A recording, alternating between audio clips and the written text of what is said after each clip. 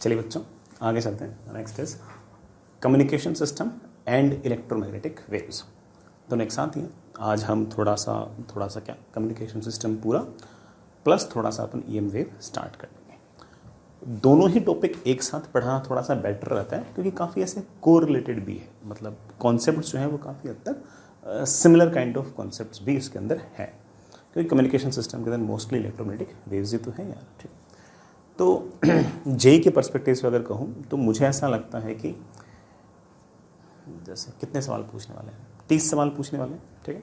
तो उन 30 सवालों के अंदर मुझे ऐसा लगता है कि कम से कम एक सवाल तो इलेक्ट्रोमैग्नेटिक वेव्स या फिर कम्युनिकेशन सिस्टम का आएगा। हो सकता है कि 2 भी आ जाए, बट एक तो मुझे लगता है कि तय है कि सवाल आएगा। ये चैप्टर ऐसा है कि जिसमें सवाल भी आएगा और हमें भी आएगा। द रीज़न इज़ कि ना बहुत ज़्यादा ऐसे कोई हाई फाई चीज़ें इसके अंदर नहीं हैं। अगर किसी बच्चे ने पहले से इलेक्ट्रोमैग्नेटिक वेव्स या फिर कम्युनिकेशन सिस्टम नहीं पढ़ रखा, वो बच्चा भी सिर्फ और सिर्फ इन 2 लेक्चर से भी काफ़ी हद तक काम बना सकता है। ठीक है, आप सोच रहे हो कि सर ये सुनने के लिए तो कान तरस गए थे, फिर से आपने उस टाइम पूरा ऐसे क्यों पढ़ाया था। ठीक है ना, वो तो बहुत सारे लोगों को बहुत ज़्यादा डेप्थ में बातें जानने की ज़रूरत पड़ती है, और हो सकता है कोई टफ सवाल, बहुत टफ सवाल अगर आ जाए तो डेप्थ में जो बातें जाननी होती है वो काम भी आती है। बट जैसा कि जेई का पैटर्न है, जिस तरह से जेई मेन जिस तरह का सवाल पूछता है, और ये ऑफकोर्स दोनों टॉपिक जेई मेन के हैं, एडवांस के नहीं हैं, इस तरह के टॉपिक्स के अंदर अगर ऊपर से बातें पता हो तब भी बड़े आराम से आंसर आ जाएगा, सही आंसर आ जाएगा। तो चलिए स्टार्ट करते हैं। मैं फिर से इस बात को बोल दूं, बेटा कम से कम एक सवाल तो आप जेई मेन के अंदर अपने पेपर में एक्सपेक्ट करें कि कम्युनिकेशन सिस्टम या फिर EM वेव का आएगा। ऐसा भी हो सकता है कि एक कम्युनिकेशन सिस्टम का आ जाए और एक EM वेव का आ जाए। ये तो बहुत ही आइडियल सिचुएशन है क्योंकि दोनों ही सवाल सही होने की प्रोबेबिलिटी बहुत ज़्यादा है। ठीक है, तो चलिए मुद्दे पे आते हैं। सबसे पहले बेटा कम्युनिकेशन सिस्टम क्या है। किसी भी इंफॉर्मेशन को एक जगह से दूसरी जगह तक जो भेजना है ये कम्युनिकेशन है। उस कम्युनिकेशन के लिए आपने कितना सिस्टम क्रिएट कर रखा है, आपने क्या अरेंजमेंट क्रिएट कर रखा है, that arrangement is known as your communication system. जैसे मैं छोटा सा बड़ा चार्ट बना रखा है, ये सिर्फ और सिर्फ मतलब ऐसे ही है ना, मतलब थोड़ा इंटरेस्ट क्रिएट करने के लिए। इस इंफॉर्मेशन पर जेई ने सवाल नहीं पूछे, बट स्टिल पूछ तो सकते ही है।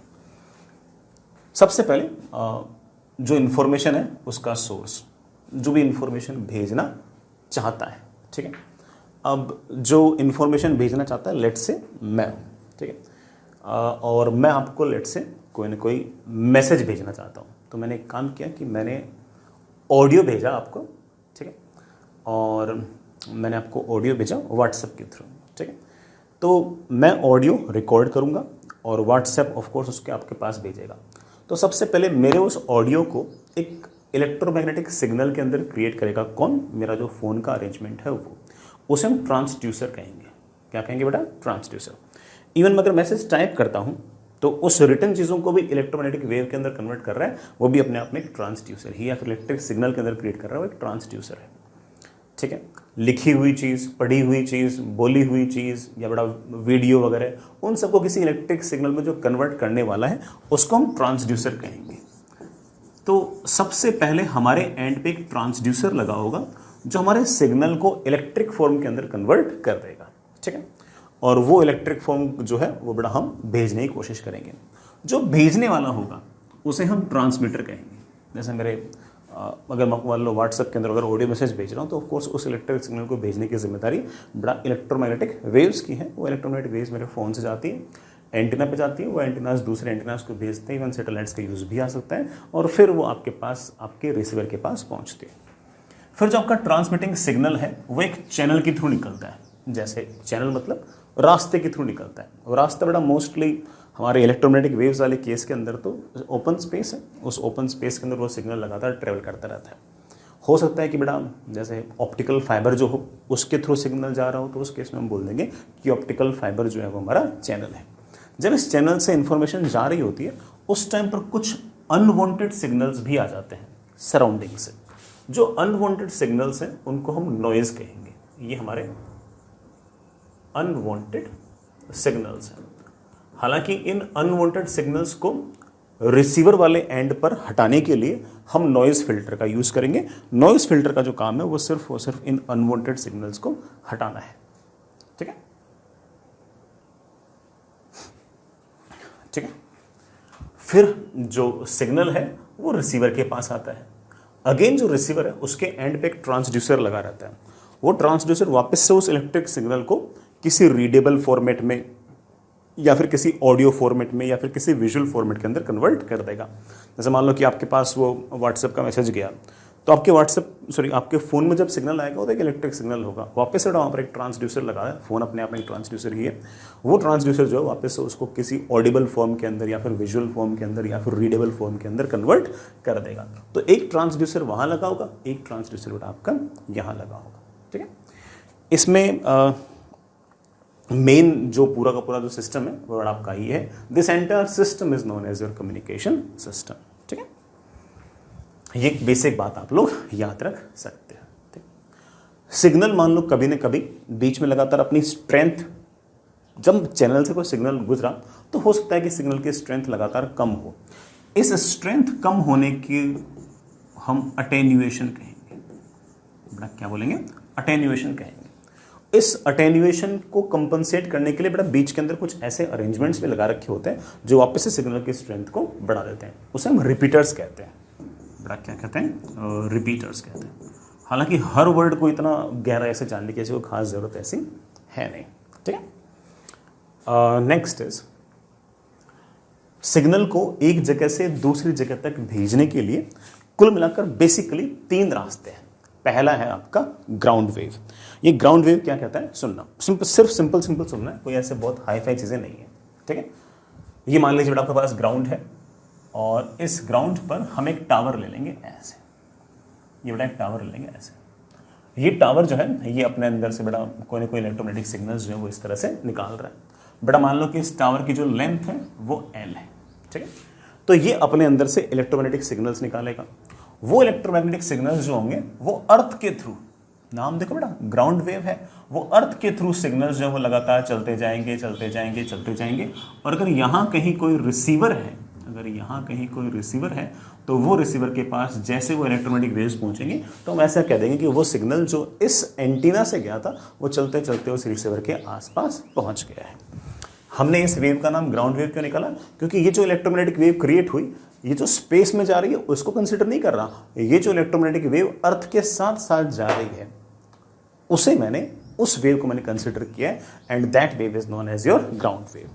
ये ग्राउंड वेव तभी काम करेगी जब बेटा आप जो वेव भेज रहे हो उसकी फ्रीक्वेंसी 3 मेगाहर्ट्ज से कम हो। जो वेव आप भेज रहे हो बेटा उसकी फ्रीक्वेंसी 3 मेगाहर्ट्ज से कम होगी, तभी ये काम आएगा। इस एंटीना की जो साइज है, रफली बोल रहा हूं बेटा, इस एंटीना की जो साइज है वो आप ऐसा कह सकते हो कि ना जो आप वेव भेज रहे हो उसकी वेवलेंथ डिवाइड बाई 4 के आसपास होनी चाहिए। ठीक है, तो इस तरह से जो वेव जा रही है उसे बेटा हम क्या बोलेंगे? Ground wave. नाम में बेटा ग्राउंड क्यों है वो समझ में आ गया, क्योंकि इसमें जो वेव यूं गई है स्पेस में गई उसको कंसिडर नहीं किया। ये जो वेव बेटा अर्थ के लॉन्ग गई है, ग्राउंड के लॉन्ग गई, मैंने उसे कंसिडर किया है, इसलिए हमने इसका जानबूझ के क्या नाम निकाल दिया? Ground wave. और ये सिर्फ और सिर्फ तभी काम करेगी जब आपकी इलेक्ट्रोमैग्नेटिक वेव की फ्रीक्वेंसी 3 मेगाहर्ट्ज से कम हो। ठीक है, अगर आपकी इलेक्ट्रोमैग्नेटिक वेव की फ्रीक्वेंसी 3 मेगाहर्ट्ज से 30 मेगाहर्ट्ज के बीच में है तो एक सिग्नल को एक जगह से दूसरी जगह तक भेजने का सबसे शानदार तरीका जो है बेटा वो है sky wave. Sir exactly sky wave क्या है? सुनना बेटा, मान लीजिए कि आपके पास ये है अर्थ, यहां कहीं बेटा कोई ना कोई हम एंटीना लगा देंगे। ये एंटीना जो है ये सिग्नल भेजने वाला है, एक तरह से मैं कह दूं कि इंफॉर्मेशन को सेंड करने वाला antenna, it is the sending antenna. यहां पर एक दूसरा एंटीना है जो चाहता है कि उसके पास सिग्नल पहुंच जाए, तो मैं ऐसे बोल देता हूं कि ये मेरा रिसीविंग एंटीना है, isn't it? अब होगा क्या कि इस अर्थ के ऊपर है ना बड़ा आपको हल्का फुल्का आइडिया है कि एटमॉस्फेयर है, और एटमॉस्फेयर में लगभग 200 किलोमीटर के आसपास, मतलब हमारी ग्राउंड से रफली 200 किलोमीटर के आसपास बड़ा जो एटमॉस्फेयर की लेयर है बड़ा उसे हम स्ट्रेटोस्फीयर कहते हैं। ठीक, ये जो स्ट्रेटोस्फीयर वाला जो रीजन है इसके अंदर एयर पार्टिकल्स होते हैं और सन की लाइट के अंदर वो जो एयर पार्टिकल्स होते हैं वो आयनाइज जाते हैं। क्या हो जाते हैं? आयनाइज। वो बड़ा आयनाइज होते हैं, उनके इलेक्ट्रॉन्स भाग जाते हैं। इस कारण से जो स्ट्रेटोस्फीयर है ये थोड़ा इसके अंदर एक रिफ्लेक्टिंग फेनोमेनन आ जाता है। मतलब इसके अंदर रिफ्लेक्टिंग फेनोमेनन आ जाता है। कैसे? ये एंटीना जैसे ही किसी इलेक्ट्रोमैग्नेटिक सिग्नल को ऐसे भेजेगा, इस स्ट्रेटोस्फीयर से ये इलेक्ट्रोमैग्नेटिक वेव का सिग्नल टकराएगा और टकराने के बाद हो सकता है कि ये चलते चलते ऐसे आ जाए।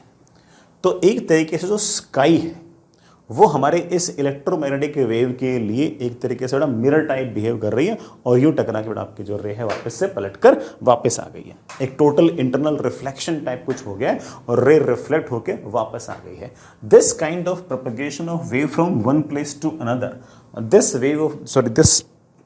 way of propagation of electromagnetic wave from one place to another, one antenna to another antenna is known as sky wave। ये बड़ा आपकी स्काई वेव। आई होप समझ गए। ये सिर्फ और सिर्फ 3 मेगाहर्ट्ज से 30 मेगाहर्ट्ज तक की जो फ्रीक्वेंसी की इलेक्ट्रोमैग्नेटिक वेव है या जो इलेक्ट्रोमैग्नेटिक सिग्नल है उसी के लिए काम करेगा। 30 मेगाहर्ट्ज से ज़्यादा अगर 30 मेगाहर्ट्ज से ज़्यादा अगर फ्रीक्वेंसी का अगर इलेक्ट्रोमैग्नेटिक सिग्नल हुआ तो उसके पास तो इतनी ज़्यादा एनर्जी होगी कि वो इस स्ट्रेटोस्फीयर को भी क्रॉस करके भाग जाएगा। क्योंकि तुम जानते हो जितनी ज़्यादा फ्रीक्वेंसी फोटोन के पास उतनी ज़्यादा एनर्जी, फिर उस केस में वो बड़ा पार करके चला जाएगा। लेकिन जब तक उसकी फ्रीक्वेंसी 30 मेगाहर्ट्ज से कम है वो सारे के सारे सिग्नल तो बड़ा इस तरह से रिफ्लेक्ट हो जाएंगे और एक एंटीना से दूसरे एंटीना तक बड़े आराम से सिग्नल हम भेज पाएंगे। ठीक है, आई होप याद रहेगा। आगे चलते हैं। तो क्या क्या बात है याद रखोगे बेटा कि एक तो एग्जैक्टली स्काई वेव का प्रोपगेशन कैसे है और दूसरा ये किस फ्रीक्वेंसी के लिए काम करती है। इसके अलावा और किसी इंफॉर्मेशन की ज़रूरत आपको नहीं है। ठीक है। Third one is space wave. Space wave में क्या होती है कि जो इलेक्ट्रोमैग्नेटिक वेव है वो एक तरीके से सीधी लाइन ऑफ साइट तक चली जाती है। सर लाइन ऑफ साइट मतलब सीधी सीधी चली जाती है जहाँ जहाँ तक जा सकती है। तो आप ऐसा कह सकते हो कि स्पेस वेव जो है ये लाइन ऑफ साइट तक सीधी चली जाएगी। अब लाइन ऑफ साइट तक सीधी कैसे चली जाएगी मैं एक डायग्राम के थ्रू समझाता हूँ।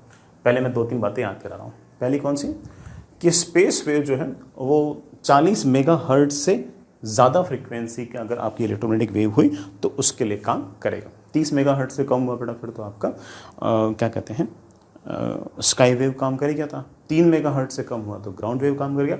अच्छा खासा ज़्यादा फ्रीक्वेंसी का अगर इलेक्ट्रोमैग्नेटिक वेव है फिर तो आपको स्पेस वेव यूज़ करना चाहिए। सर ये लाइन ऑफ साइट वाली आपकी क्या बात है ना, वो समझाता हूँ।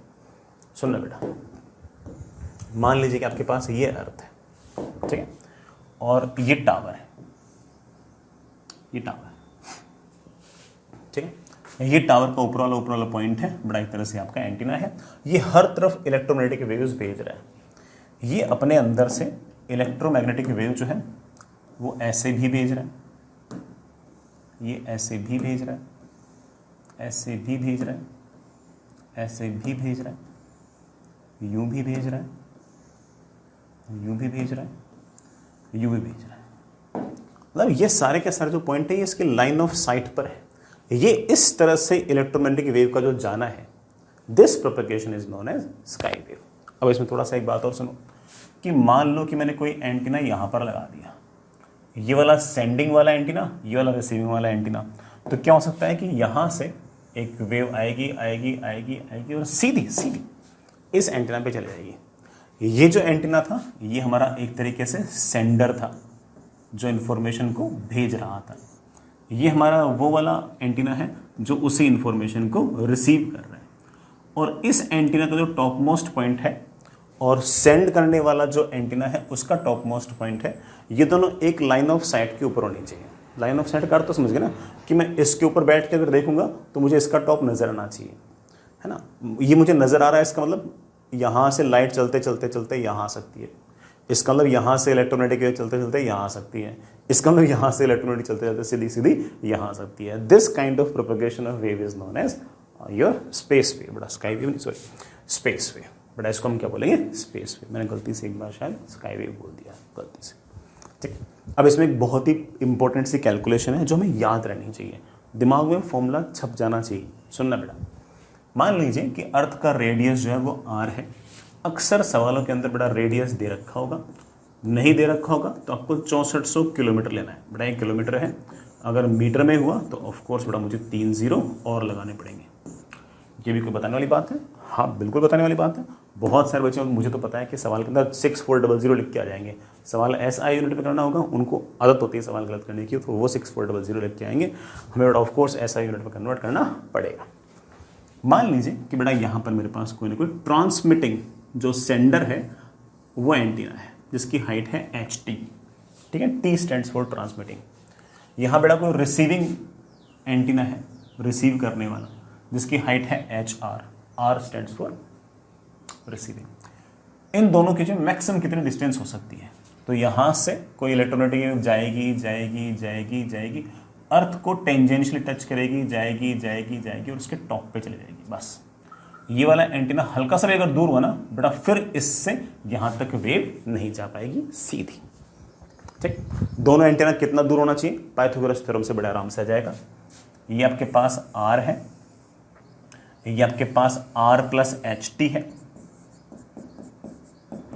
तो ये कितना होगा, तो आप ऐसा कह सकते हो कि इसका स्क्वायर माइनस इसका स्क्वायर इज इक्वल्स टू इसका स्क्वायर। तो आप ऐसे कह सकते हो कि ये अननोन जो होगा इट विल बी बड़ा पाइथागोरस थ्योरम से root of R plus HT का whole square minus R square, that comes out to be root of R square cancel हो गया, that is 2 times R into HT plus बेटा HT का square. अब यार इसमें तो रेडियस ऑफ अर्थ आ गया, इसमें HT आ गया। अब टावर की हाइट तो कोई 100 मीटर होगी, 200 मीटर होगी, ठीक है, और ये रेडियस ऑफ अर्थ बड़ा 6400 किलोमीटर है, तो इसके सामने ये वाली वैल्यू तो नेग्लिजिबल है। तो आप ऐसा कह सकते हो कि ये वाली डिस्टेंस मेरे पास आ गई 2 times radius of earth into height of tower which is the transmitting tower. तो ये डिस्टेंस मेरे पास आ गई 2 टाइम्स RHT, ये डिस्टेंस मेरे पास आ गई 2 टाइम्स RHR।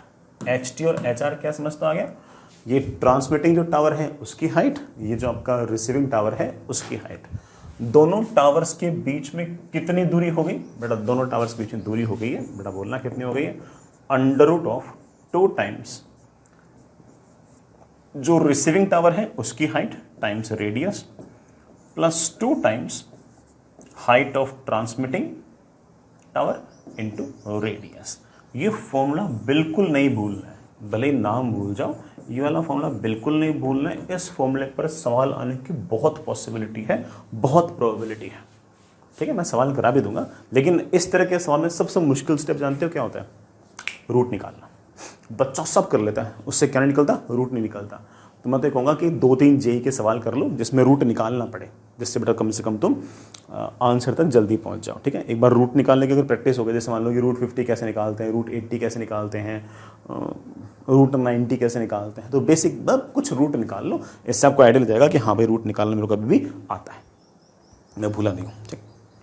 तो इसमें सिर्फ और सिर्फ टफ चीज़ क्या है, रूट निकालना है ना। स्क्वायर रूट निकालना हल्का से टफ है। सर वैसा बोल क्यों रहो यार, पिछले साल जेई ने जो सवाल पूछे ना, इवन पिछले से पिछले साल जेई ने इस फॉर्मूले जो सवाल पूछे ना, उसमें रूट के अंदर जो टर्म है ना वो अच्छी नहीं थी। ऐसे नहीं थी कि 3600 हो तो आप सीधे लिख दो 60, 4900 हो तो आप सीधे लिख दो कि है ना क्या 70, ऐसे नहीं थी, टफ थी, तो उनका रूट निकालना पड़ रहा था। तो ऐसे टीचर के लिए बोलना आसान है कि हाँ भैया रूट निकालना आंसर आ जाएगा, बट बच्चे को वहाँ पर पूरा सॉल्व करना है ना। अब बच्चा तो वहाँ पर तभी सॉल्व कर पाएगा तो उसको रूट निकालना आता होगा। तो किसी बच्चे को रूट निकालना नहीं आता है तो पहले बेटा कम से कम रूट निकालना सीखे, ठीक है। खैर फॉर्मूला इतना ही है। एक बात और, जैसे मान लीजिए कि रिसीवर जो है, देखो भाई इस केस में तो मैंने क्या कर दिया कि रिसीवर जो था वो भी अपने आप में एक टावर था, उसकी हाइट थी HR। मान लो कि रिसीवर जो है वो ग्राउंड पे हो, फिर उस केस में रिसीवर यहाँ नहीं हो सकता क्योंकि इस टावर से यहाँ पर सिग्नल आएगा ही नहीं। बस फिर उस केस में रिसीवर यहाँ होगा तभी उसके पास सिग्नल आ सकता है, यहाँ होगा तब भी सिग्नल पहुँच जाएगा, यहाँ होगा तब भी सिग्नल पहुँच जाएगा, और अगर यहाँ होगा तब भी सिग्नल हो जाएगा। तो farthest distance between receiver and this transmitting tower will be this, अगर रिसीवर ग्राउंड पर है तो तो अगर रिसीवर का ग्राउंड पे है तो बेटा हाइट ऑफ रिसीवर जो है उसको आप 0 पुट कर दो, तो ये वाली टर्म खत्म, सिर्फ और सिर्फ ये वाली टर्म बची, सिर्फ और सिर्फ ये वाली टर्म बची। तो ये भी एक आंसर याद कर सकते हो जो हमारे एक तरीके से पिछले वाले सवाल का एक तरीके से स्पेशल केस है, और वो ये है कि अगर रिसीवर जो है वो ग्राउंड पे हुआ तो क्या होगा। अगर रिसीवर ग्राउंड पे हुआ तो HR आपका 0 हो जाएगा, सिर्फ और सिर्फ ये रहा आपका टावर ऐसे। मैं चलो वापस से बना के दिखाता हूं।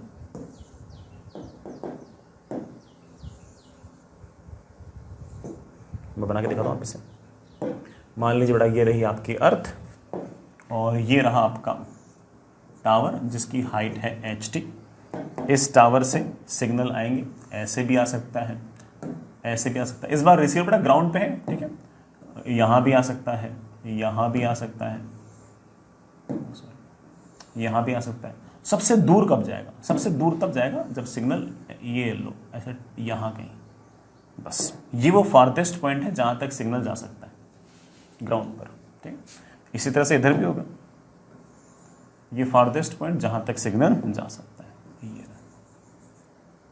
ये बेटा मैं डिस्टेंस थोड़ी देर पहले तो बता चुका था, that is root of 2 times radius of earth into HT। ये बेटा डिस्टेंस, क्यों हमने वो जो HR था उसको क्या रख दिया, 0 रख दिया। तो कोई अगर कहे कि रिसीवर अगर ग्राउंड पे है तो ऐसे घबराने की जरूरत नहीं है, कोई अलग से फॉर्मूला भी याद करने की जरूरत नहीं है, सिर्फ और सिर्फ अगर ये वाली टर्म इसको 0 कर दो, सिर्फ ये वाली टर्म आपकी बचेगी, ठीक है। आई होप ये वाली बातें याद रख सकते हो, इसमें कोई पेन नहीं आ रहा होगा, आसानी से सारे के सारे सवाल बन जाएंगे। तो चलिए बच्चों इन फॉर्मूलों पर कुछ सवाल करते हैं। अगेन सवाल मैंने मेरी मर्जी से नहीं लिए हैं, अदरवाइज बेटा मैं तो ना हो सकता है कि सवाल थोड़े अलग टाइप के भी ले लेता, लेकिन मैंने सवाल एग्जैक्टली वही लिए हैं जो पिछले 2 साल के अंदर जेई ने पूछे, ठीक है।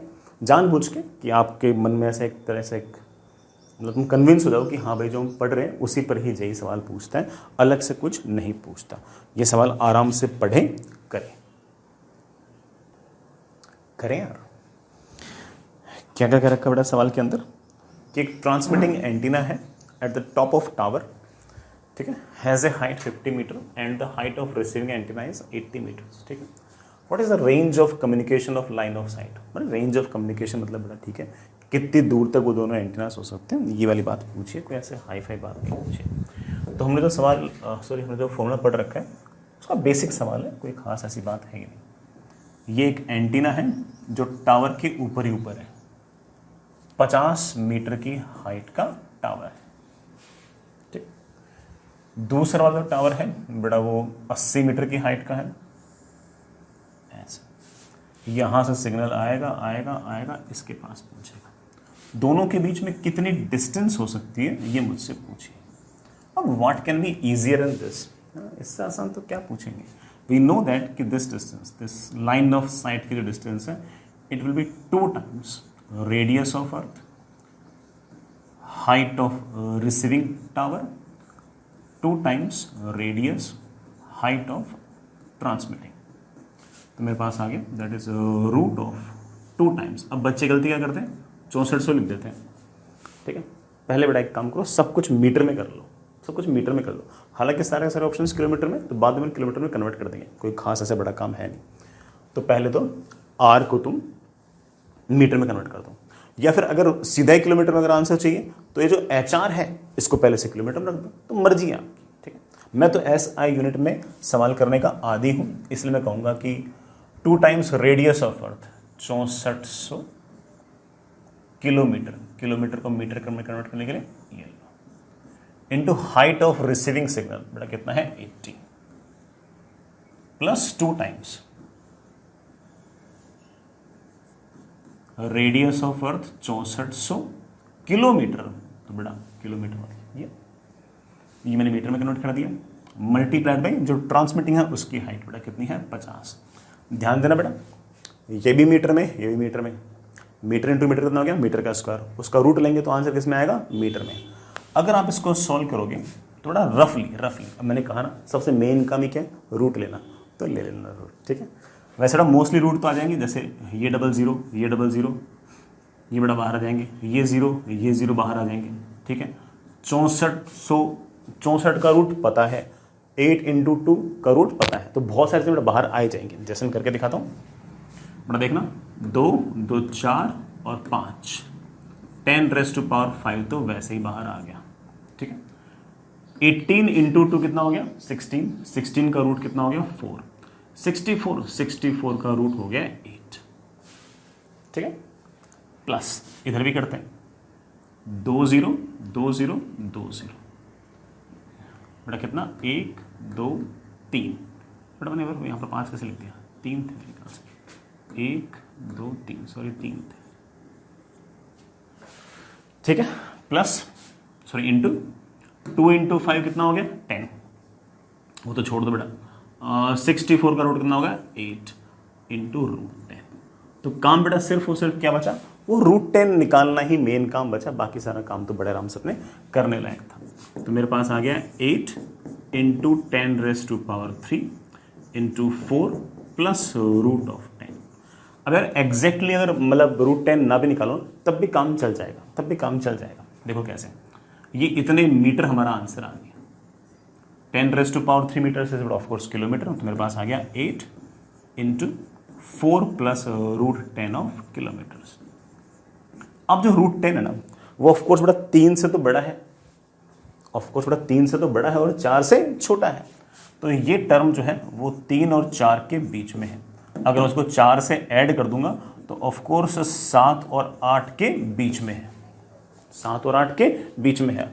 अगर मैं 8 से मल्टीप्लाई करूंगा तो 8 तो 7 56 और 64 के बीच में है, तो आंसर आपका 56 और 64 के बीच में होना चाहिए, 56 के नजदीक होना चाहिए, क्योंकि बड़ा रूट ऑफ 10 जो 3 के आसपास होगा ना, इसलिए तो पूरा रूट निकालने की जरूरत नहीं है। पता लग गया कि 56 किलोमीटर के आसपास, 56 और 64 के बीच में कोई ना कोई आंसर होना चाहिए।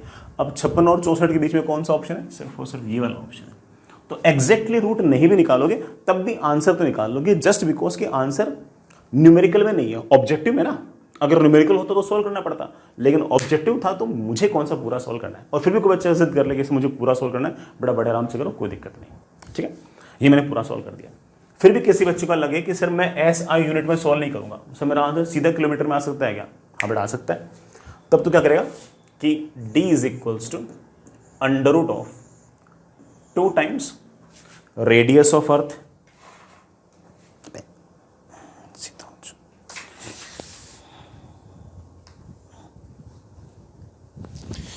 रेडियस ऑफ अर्थ, बेटा रेडियस ऑफ अर्थ को 6400 लिख दो किलोमीटर में, into height of this, height of this तो 50 किलोमीटर है, 50 किलोमीटर को सॉरी 50 किलोमीटर नहीं 50 मीटर है, उसको किलोमीटर में लिख दो। सर उससे फायदा क्या होगा, ये भी किलोमीटर में ये भी किलोमीटर में, किलोमीटर का स्क्वायर रूट करूंगा तो आंसर सीधा किलोमीटर में आ जाएगा, plus root of 2 times 6400 kilometer into ये वाले हाइट है बेटा 80 मीटर, उसको किलोमीटर में कन्वर्ट करना चाहता है। तो कोई बच्चा अगर चाहे तो इसको वैसे भी सोल्व कर सकता है, इससे आपका सीधा आंसर किस में आ जाएगा, किलोमीटर्स में आ जाएगा। सर किलोमीटर में आंसर निकालना है, मीटर में आंसर निकालना है, ये कैसे पता लगेगा, ये ऑप्शंस पढ़ लेंगे यार, ऑप्शंस पढ़ते पढ़ते हम समझ जाएंगे हमें आंसर इस तरीके से निकालना है। चलिए ठीक है बेटा, समझ गए होंगे सब कुछ, आगे चलते हैं। नेक्स्ट इज अगला सवाल।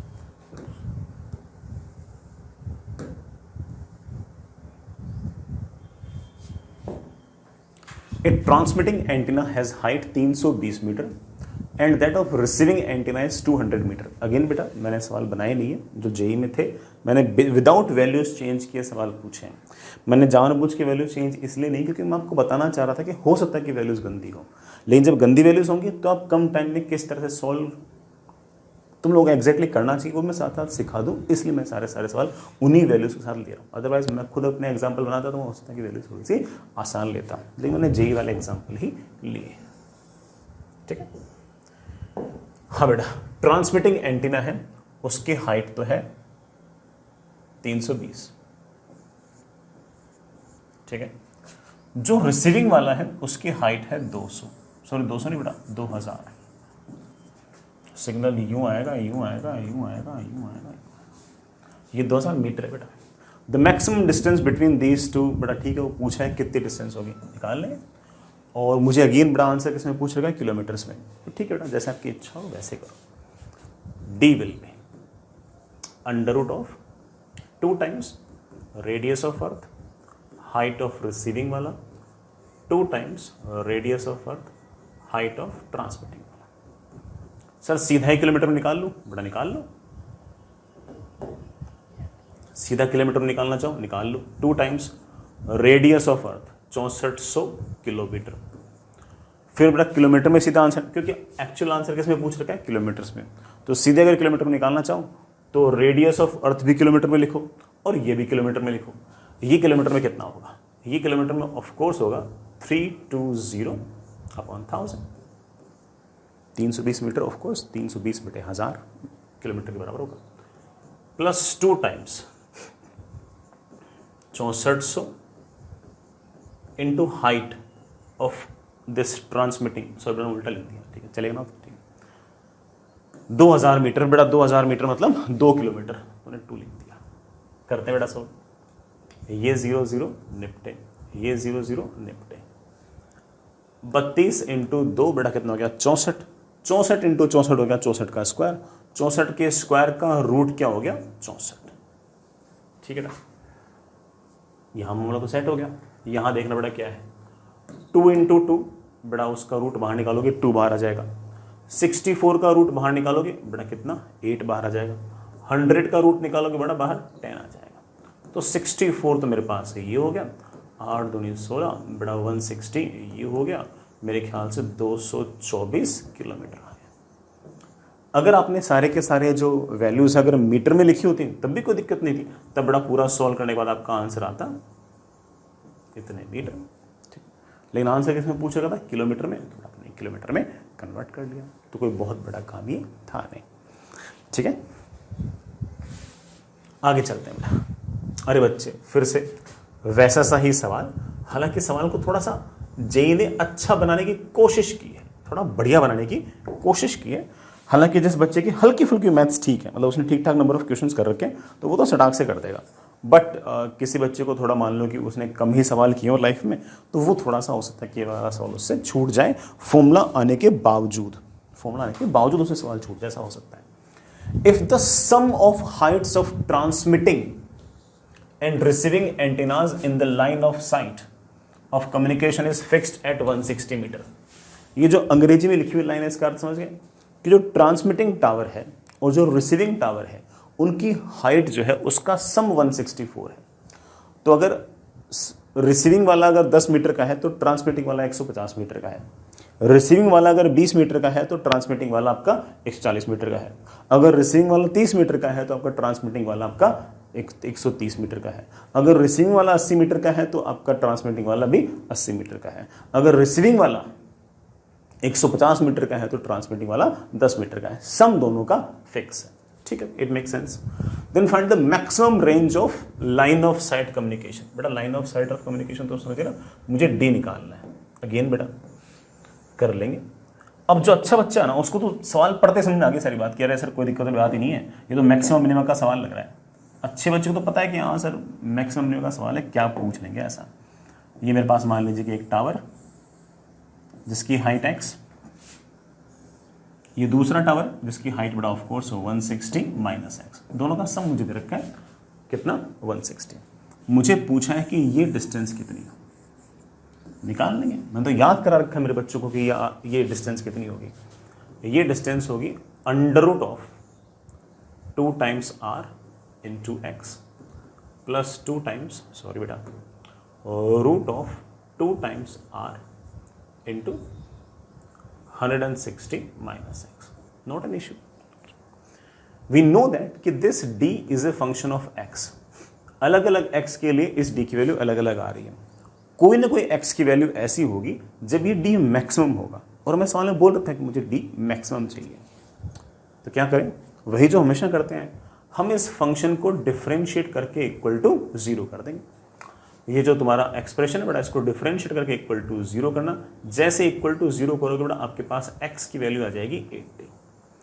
अब जिस बच्चे ने खूब सारे जेई में सवाल कर रखे हैं ना, जेई की प्रिपरेशन खूब सारे सवाल कर रखे हैं, वो तो समझ जाएगा कि x की वैल्यू जो है वो 0 से लेकर 160 के बीच में वेरी कर रही है। तो मैक्सिमम आने के जो चांस है वो सबसे ज़्यादा कहाँ पर है, 80 पे। तो वो हो सकता है कोई कोई बच्चा तो सीधा बोलेगा कि सर बीचों बीच आएगा 80 पे, तो डायरेक्ट लिख देगा। और जिसको ये वाली बात नहीं चमकती कि हाँ भाई 80 पे कैसे आएगा, उसके पास एक एक्स्ट्रा स्टेप आ गया कि इस एक्सप्रेशन को डिफरेंशिएट करो और इक्वल टू 0 करो। जैसे डिफरेंशिएट करके इक्वल टू 0 करोगे वैसे आपके पास जाएगा x इक्वल्स टू 80। तो इसका मतलब जब x की वैल्यू 80 होगी उस टाइम पर आपकी d की वैल्यू सबसे ज्यादा होगी। लेकिन मुझसे सवाल में ये थोड़ी पूछा है कि बताओ इन टावर्स की हाइट कितनी है कि d की वैल्यू मैक्सिमम है। मुझसे पूछा है कि d की मैक्सिमम वैल्यू कितनी है। अगर d की मैक्सिमम वैल्यू कितनी है थोड़ा निकाल लो, इस x को 80 रख दो और ये 160 माइनस x भी कितना हो जाएगा 80, मतलब दोनों टावर की हाइट क्या हो जाएगी बराबर। आगे के लिए याद भी रख सकते हो कि दोनों टावर की जब हाइट बराबर होगी उस केस के अंदर ऑफ कोर्स आपकी रेंज थोड़ी सी ज्यादा आएगी, अगर दोनों की हाइट का सम फिक्स है तो। अब d कितना आएगा अभी निकाल लेंगे। सर अगेन d किस में निकालना है किलोमीटर में, तो चाहो थोड़ा सारी वैल्यूज पहले से किलोमीटर में रख दो। Under root of 2 times radius of earth 6400 kilometer, kilometer रहने दो, into height of that one, बेटा वो 80 मीटर है। आंसर किस में चाहिए किलोमीटर में। किलोमीटर किलोमीटर क्या जाएगा किलोमीटर का स्क्वायर, उसका रूट लेंगे तो क्या आएगा किलोमीटर मल्टीप्लाई बाय 2। सिर्फ 2 से मल्टीप्लाई किया, अरे ये 2 times sorry root of 2 times R into height of transmitting था, दूसरा वाला आएगा 2 times R into height of receiving. अब हाइट ऑफ रिसीविंग और हाइट ऑफ ट्रांसमिटिंग तो बराबर है तो 2 से मल्टीप्लाई कर दिया मैंने, तो मुझे वापस से दूसरा वाला लिखने की जरूरत ही नहीं पड़ी, ऐसे लिख दी। ठीक है, हो जाएगा बेटा मेरे ख्याल से सोल्व, तो इतना टफ लग तो नहीं रहा। 00 गायब, ये 0 गायब। बेटा देखना 8 दूनी 16, 16 का रूट कितना आ गया 4, उसे बाहर निकाल लो। 64 का रूट कितना आ गया 8, बाहर निकाल लो। 2 आपका बेटा पहले से ही बाहर है, बेटा मेरे ख्याल से कितना आ गया 64। सीधा आंसर किसमें आ गया किलोमीटर में। और ये अगर SI यूनिट में अगर सॉल्व करते तब क्या आंसर आता, तब आंसर आता इतना, ये आंसर आता। फिर मीटर में कन्वर्ट करने के लिए ऑफकोर्स सॉरी किलोमीटर में कन्वर्ट करने के लिए उसको 1000 से डिवाइड करते तो आपका आंसर वापस से वही आ जाता। So this is the answer, as simple as that. इसमें कोई बेटा बहुत बड़ी बात थी नहीं। आगे चलते हैं बेटा, है ना। मेरे ख्याल से वैसे इस तरह कोई भी सवाल आएगा तो आप कर लोगे। कैलकुलेशन बच्चा सिर्फ और सिर्फ कहाँ बचता है रूट के अंदर, थोड़ी रूट की प्रैक्टिस कर लेना, बाकी सारा मामला बिल्कुल चिल है। नेक्स्ट इज अगला concept, that is effective power radiated by an antenna. सुनिए बेटा, बहुत ही इंपॉर्टेंट सा पॉइंट है। ये मान लीजिए कि आपके पास कोई एंटीना है जिसकी लेंथ है L और ये अपने अंदर से इलेक्ट्रोमैग्नेटिक वेव सिग्नल जो है वो लगातार बाहर निकाल रहा है और उनकी वेवलेंथ जो है वो लेट्स से आपके पास इस तरह से लैम्डा है। इस एंटीना से जो इलेक्ट्रोमैग्नेटिक वेव्स का पावर रेडिएट हो रहा है that power will be directly proportional to L upon lambda का whole square. It will be directly proportional to L upon lambda का होल स्क्वायर। जितना ज्यादा टावर की जितना ज्यादा एंटीना की लेंथ होगी पावर उतना ही ज्यादा आएगा। Power is directly proportional to length का square and power is inversely proportional to wavelength का square. It is a very important formula. हालांकि पिछले साल इस फॉर्मूले पिछले साल इस फॉर्मूले को सवाल पूछा नहीं, बट पूछ सकते हैं, ये पूछ सकते हैं। सिर्फ इतनी सी इंफॉर्मेशन याद है तो हमारा काम बन जाएगा। एक बात हो बेटा, ये जो आपके पास टावर है ना, इसकी लेंथ जो है वो लैम्डा के साथ किस तरह से रिलेटेड है मैं ये आपको पहले से लिखा चुका हूं। आप चाहो थोड़ा इस बात को वापस से लिख सकते हो कि आपकी जो लेंथ है वो लैम्डा बाई 4 के आसपास होनी चाहिए। लेंथ जो है बेटा आपकी वो लैम्डा बाई 4 के आसपास होनी चाहिए। तो टावर की जो लंबाई है वो बेटा लैम्डा बाई 4 के बराबर होनी चाहिए। अब एक थोड़ी सी बड़ी दिक्कत आएगी कि किसी ऐसे सिग्नल को भेजने में जिसकी फ्रीक्वेंसी बहुत कम होगी। मान लो कोई सिग्नल ऐसा है जिसकी फ्रीक्वेंसी बहुत कम है।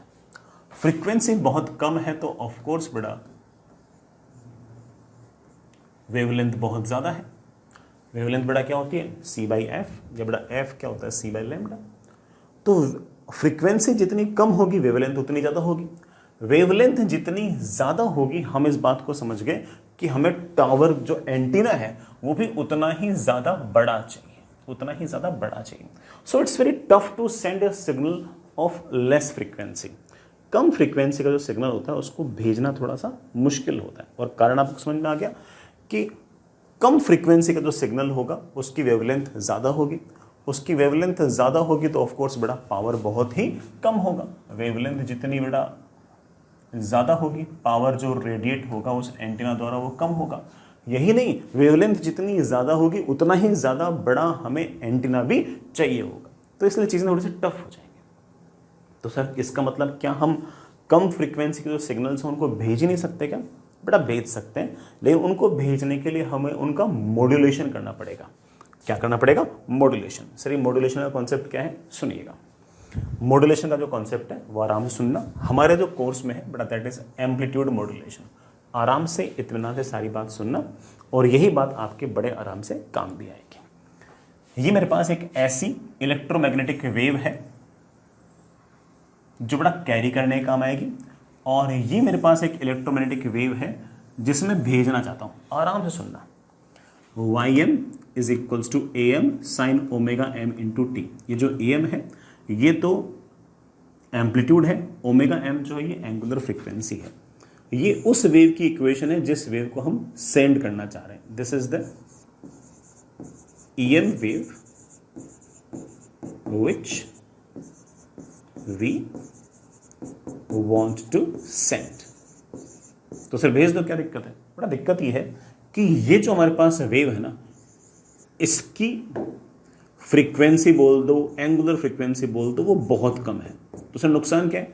बड़ा इसकी फ्रीक्वेंसी बहुत कम है, इसलिए इसकी वेवलेंथ बहुत ज़्यादा है, और अगर वेवलेंथ बहुत ज़्यादा है तो जो आपका एंटीना है उससे गुजरने वाला जो पावर आएगा वो बहुत कम आएगा, और इवन आपको जो एंटीना चाहिए होगा ना उसकी लंबाई भी बहुत बहुत बहुत ज़्यादा चाहिए होगी। तो दिक्कत है। तो सर इस दिक्कत को दूर कैसे करें? इस दिक्कत को दूर करने के लिए हमने एक कॉन्सेप्ट बनाया that is known as amplitude modulation. और हम क्या करेंगे कि इस वेव को राइड करा देंगे दूसरी वेव पर, एक ऐसी वेव पर जिसकी फ्रीक्वेंसी काफी ज्यादा है। जिस वेव पर ये राइड करेगी उसको हम कैरियर वेव बोल देंगे। बेटा क्या नाम बोल देंगे? Carrier wave. सर ये कैरियर नाम क्यों पड़ा? क्योंकि ये कैरी कर रही है उसको, क्योंकि ये कैरी कर रही है। So this wave is going to ride on this, इस पर राइड करेगी, और इस वेव को बड़ा हम नाम निकाल देंगे कैरियर वेव। Carrier wave. इस वेव को हम मॉड्यूलेटिंग वेव भी कह सकते हैं।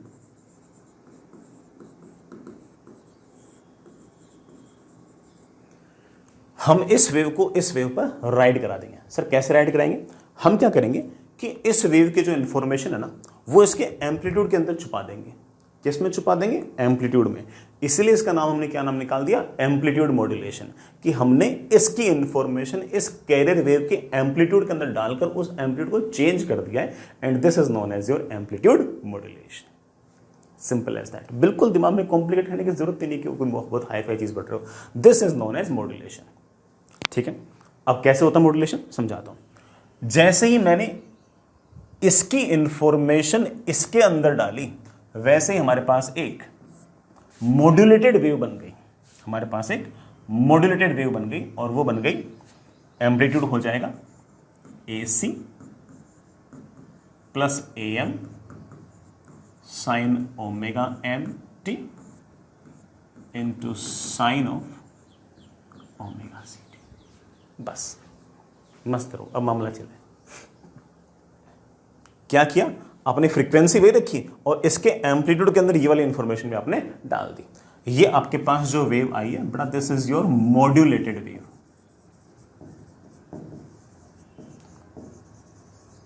मॉड्यूलेट करने के बाद जो वेव है बड़ा वो आपके पास ये है।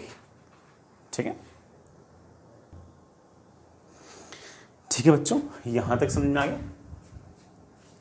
यहां तक बात पल्ली पड़ गई? ये हमारी मॉड्यूलेटेड वेव है। मैं अब एक दो इंफॉर्मेशन बता रहा हूं। ये जो मॉड्यूलेटेड वेव है इसका मैक्सिमम एम्पलीट्यूड जो आएगा वो तब आएगा जब इसकी वैल्यू हो जाएगी 1 और उसकी वैल्यू हो जाएगी AC प्लस AM। इस मॉड्यूलेटेड वेव का जो मिनिमम एम्पलीट्यूड आएगा बड़ा वो तब आएगा जब इसकी वैल्यू हो जाएगी -1 और हमारे पास वो आ जाएगा AC minus AM।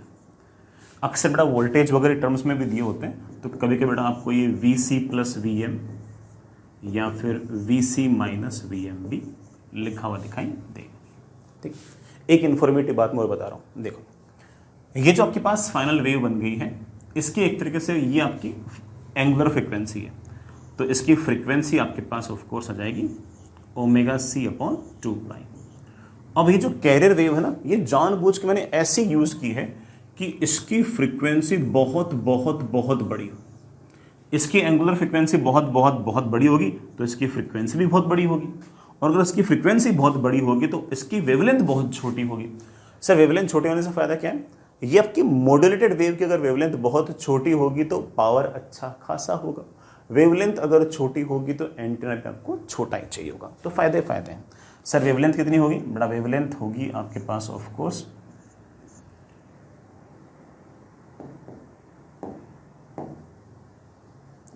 Velocity of electromagnetic wave upon बड़ा ऑफ कोर्स आपका एफ सी, और एफ सी बड़े से बड़ा तो बड़ा लेमडा छोटे से छोटा, लेमडा छोटा जी, लेमडा छोटा तो बड़ा ऑफ कोर्स आपका जो टावर है, सो जो एंटीना है उसकी लेंथ भी छोटी सी छोटी। खैर मैं वापस अपने मुद्दे पे आता हूँ। ये जो मैंने इक्वेशन लिखी हुई है मैं इस पे आता हूँ। बड़ा y इज इक्वल्स टू, क्या इक्वेशन है बेटा मेरे पास?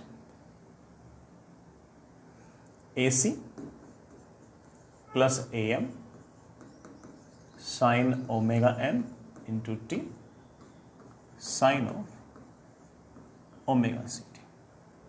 ठीक है, इस पूरी इक्वेशन के अंदर से बड़ा एक बार ए सी को कॉमन ले लो और मेरे पास आ गया 1 plus A M upon A C into sine omega M T sine omega C T. ये जो ए एम अपॉन ए सी है इसे मॉड्यूलेशन इंडेक्स कहेंगे। ए एम अपॉन ए सी इसको बड़ा हम मॉड्यूलेशन इंडेक्स कहेंगे।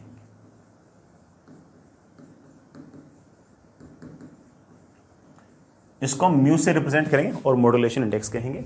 ऊपर ए एम आएगा, नीचे ए सी आएगा।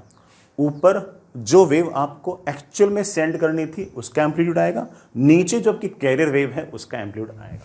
अक्सर बड़ा ये छोटा होता है, ये बड़ा होता है, तो म्यू की जो वैल्यू है बड़ा वो अक्सर 1 से छोटी आती है। अगर मान लो कोई परसेंटेज मॉड्यूलेशन इंडेक्स पूछे ना तो कोई घबराने की जरूरत नहीं है, बस 100 से मल्टीप्लाई कर दो। अगर कोई परसेंटेज मॉड्यूलेशन इंडेक्स पूछे तो बड़ा घबराने की जरूरत नहीं है, A M upon A C multiplied by 100, as simple as that. ठीक है, खैर मैं मुद्दे पे आता हूँ। बड़ा मेरे पास आ गया है ए सी कॉमन आ गया है 1 प्लस, मैं 1 भी क्यों, इसको अंदर ले आता हूँ, sine of omega C T plus mu times sine omega M T sine of omega C T. ये बड़ा मेरे पास फाइनल रिजल्ट आ रहा है। थोड़ा सा ट्रिग्नोमेट्री वाइज थोड़ा बड़ा ठीक है, टफ तो ही, बट ठीक है चल जाएगा। A C sine omega C T plus mu times A C upon 2। बेटा मेरे ख्याल से आप लोगों को 2 साइन सी साइन डी का फॉर्मूला शायद आता होगा, नहीं आता होगा तो ठीक है बेटा मैं लिख देता हूँ। फॉर्मूला होता है बेटा अपॉन 2 करके साइन ऑफ, सॉरी बेटा, cos of omega C minus omega M into T minus of cos of omega C plus omega M into T. कुल मिलाकर हमारे पास जो फाइनल वेव जा रही है, अगर मैं उसको हल्का सा रीअरेंज करूं तो फाइनल वेव इस तरह से आई है। ये लीजिए,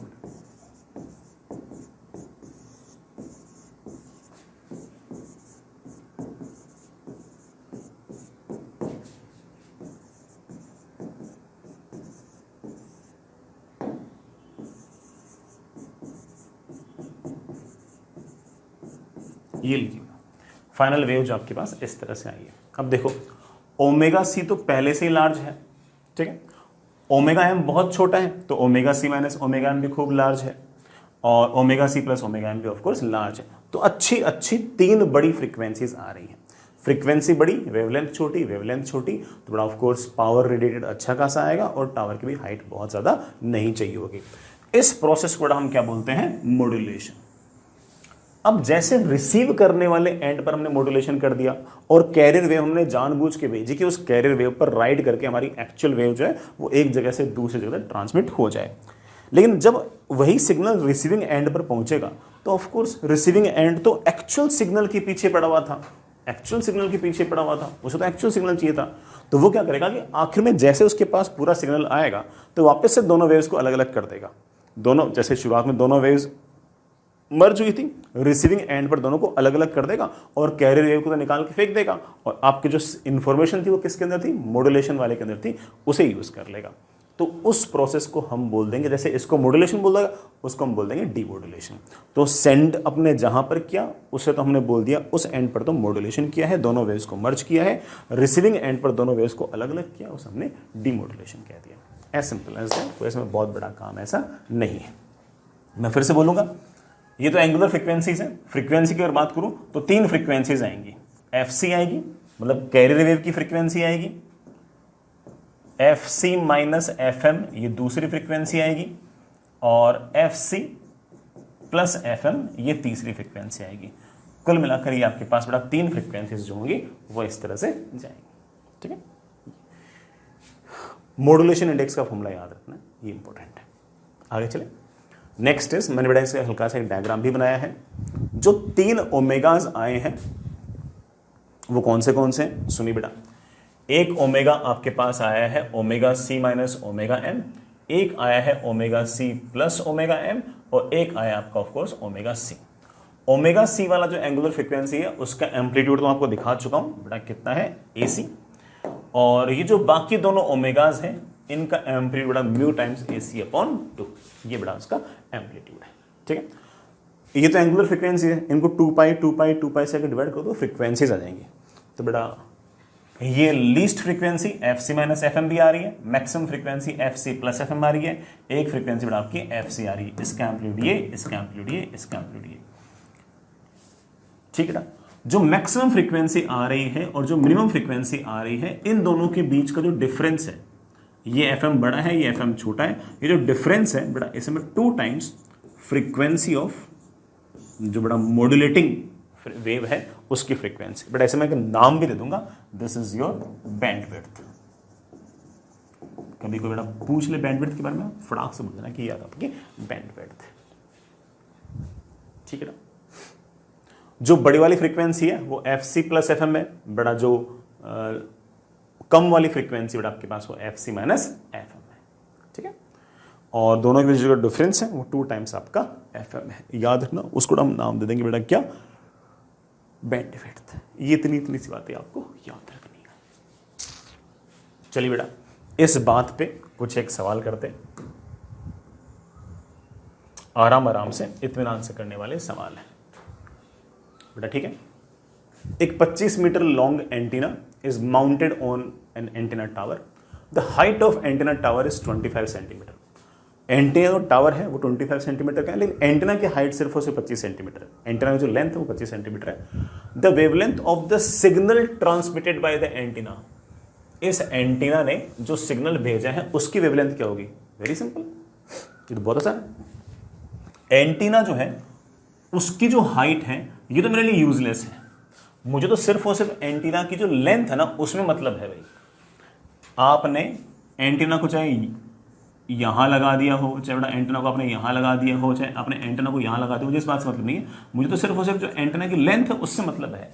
और मैंने आपको सिखा रखा है कि जो भी इसने इलेक्ट्रोमैग्नेटिक वेव्स वगैरह निकाली हैं और जो लेंथ ऑफ एंटीना है उनकी तरफ सीधा सीधा फॉर्मूला है कि length of antenna is equal to λ/4।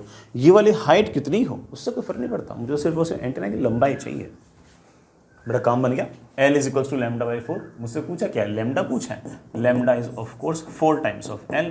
बड़ा L कितना है, एंटीना की लंबाई कितनी है 25 मीटर, मल्टीप्लाई किया तो answer comes out to be 100 meter. इसका मतलब हम जो वेव भेज रहे हैं उसकी वेवलेंथ बेटा कितनी होनी चाहिए, 100 मीटर होनी चाहिए।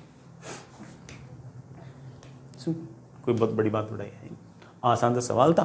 पूरा का पूरा सवाल करने में ही बड़ा बड़ी मुश्किल से 25-30 सेकंड लगेंगे, उससे ज़्यादा का सवाल था ही नहीं। ऐसे ही सवाल तो समय बचाते हैं, वही समय तो हम ऑफकोर्स बाकी दूसरे सवालों में यूज कर पाते हैं। आगे चलते हैं। नेक्स्ट इज एक ऐसा सा ही सवाल और जो हमने थ्योरी में पढ़ रखा है, बिल्कुल वैसा ही सवाल है, ये शायद लास्ट ईयर पूछा था। Given below are 2 statements. A speech signal is 2 kilohertz, बेटा 2 किलोहर्ट्ज तो काफी कम फ्रीक्वेंसी होती है, is used to be modulated a carrier wave of this much. ये कैरियर वेव है, कैरियर वेव की फ्रीक्वेंसी बेटा ये हो गई, जो एक्चुअल में स्पीच का सिग्नल है जो मुझे भेजना है उसकी फ्रीक्वेंसी ये होगी। ऑफ कोर्स ये वाली फ्रीक्वेंसी कम होगी और कैरियर वेव की फ्रीक्वेंसी ऑफ कोर्स ज्यादा होगी। The bandwidth requirement for the signal is 4 kilohertz, बेटा ठीक है। अब पहला स्टेटमेंट क्या है कि जो बैंडविड्थ है वो 2 किलोहर्ट्ज है। बच्चे बोलेंगे हाँ सर बिल्कुल सही बात है, आपने हमें ये सिखा रखा है कि 3 फ्रीक्वेंसीज आएंगी। एक तो बड़ा ऑफ कोर्स आपकी जो FC है वो, एक आपके पास जो आएगी वो आएगी FC माइनस FM, और तीसरी फ्रीक्वेंसी आपके पास आएगी FC प्लस FM। बैंडविड्थ जो है वो ये है, ये कितनी बड़ा 2 टाइम्स FM मतलब जो बड़ा वेव आप एक्चुअली में भेजना चाह रहे थे उसकी फ्रीक्वेंसी। तुम्हारे पास बैंडविड्थ जो आ गई है वो आ गई है 2 times FM is of course बड़ा 2 kilohertz, so that comes out be 4 kilohertz. तो बैंडविड्थ हमारे पास ऑफ कोर्स 4 किलोहर्ट्ज है। तो पहला वाला स्टेटमेंट तो मुझे सही लग रहा है। द साइड बैंड फ्रीक्वेंसीज, बेटा साइड बैंड फ्रीक्वेंसीज मतलब ये वाली और ये वाली, इसे हम बोलते हैं लोअर साइड बैंड फ्रीक्वेंसी, इसे हम बोलते हैं अपर साइड बैंड फ्रीक्वेंसी।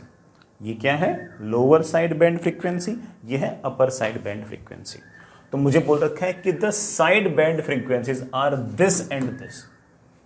ये ऑफ कोर्स होगी, छोटी वाली होगी FC माइनस FM। FC कितना है? 1 मेगाहर्ट्ज। 1 मेगाहर्ट्ज जो होता है वो बड़ा 1000 किलोहर्ट्ज के बराबर होता है, माइनस FM है 2 किलोहर्ट्ज। तो जो छोटी वाली जो फ्रीक्वेंसी है, लोअर साइड बैंड फ्रीक्वेंसी जो है वो मेरे पास आ गई है 998 किलोहर्ट्ज। ठीक, इट मेक सेंस। बड़ी वाली कितनी होगी? बड़ी वाली होगी FC प्लस FM। FC है 1 मेगाहर्ट्ज, 1 मेगाहर्ट्ज मतलब 1000 किलोहर्ट्ज। उसके अंदर बड़ा 2 किलोहर्ट्ज को ऐड कर दो तो मेरे पास ये आ गया 1002 kilohertz.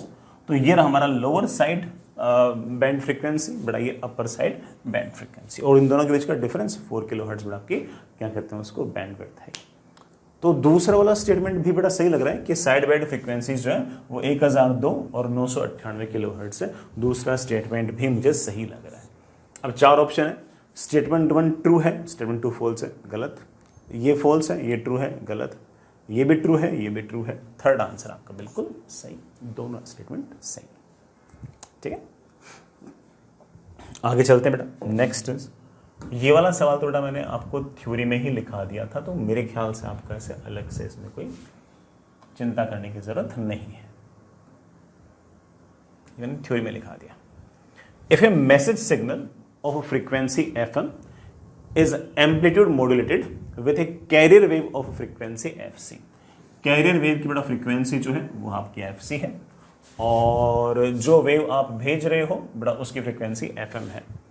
Now through an antenna the wavelength of the corresponding signal in air, जो एयर में सिग्नल जा रहा है उसकी वेवलेंथ क्या होगी? बड़ा उसकी वेवलेंथ होगी of course speed of wave. Speed of wave is of course c divide by frequency. Sir frequency कौन से लिखूं?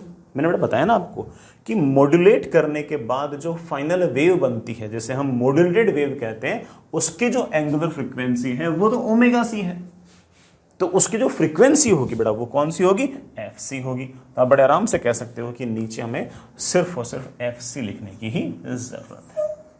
और ये तो फायदा था हमें कि FC जो है वो पहले से ही इतना ज्यादा है कि लैम्डा बहुत कम है, लैम्डा बहुत छोटा है, तभी तो बड़ा जो एंटेना से पावर आया वो खूब बड़ा आया है। और साथ ही साथ अगर लैम्डा बहुत छोटा है तो ऑब्वियस बात है कि हमें जो एंटेना चाहिए वो भी बहुत ज्यादा लेंथ का एंटेना नहीं चाहिए।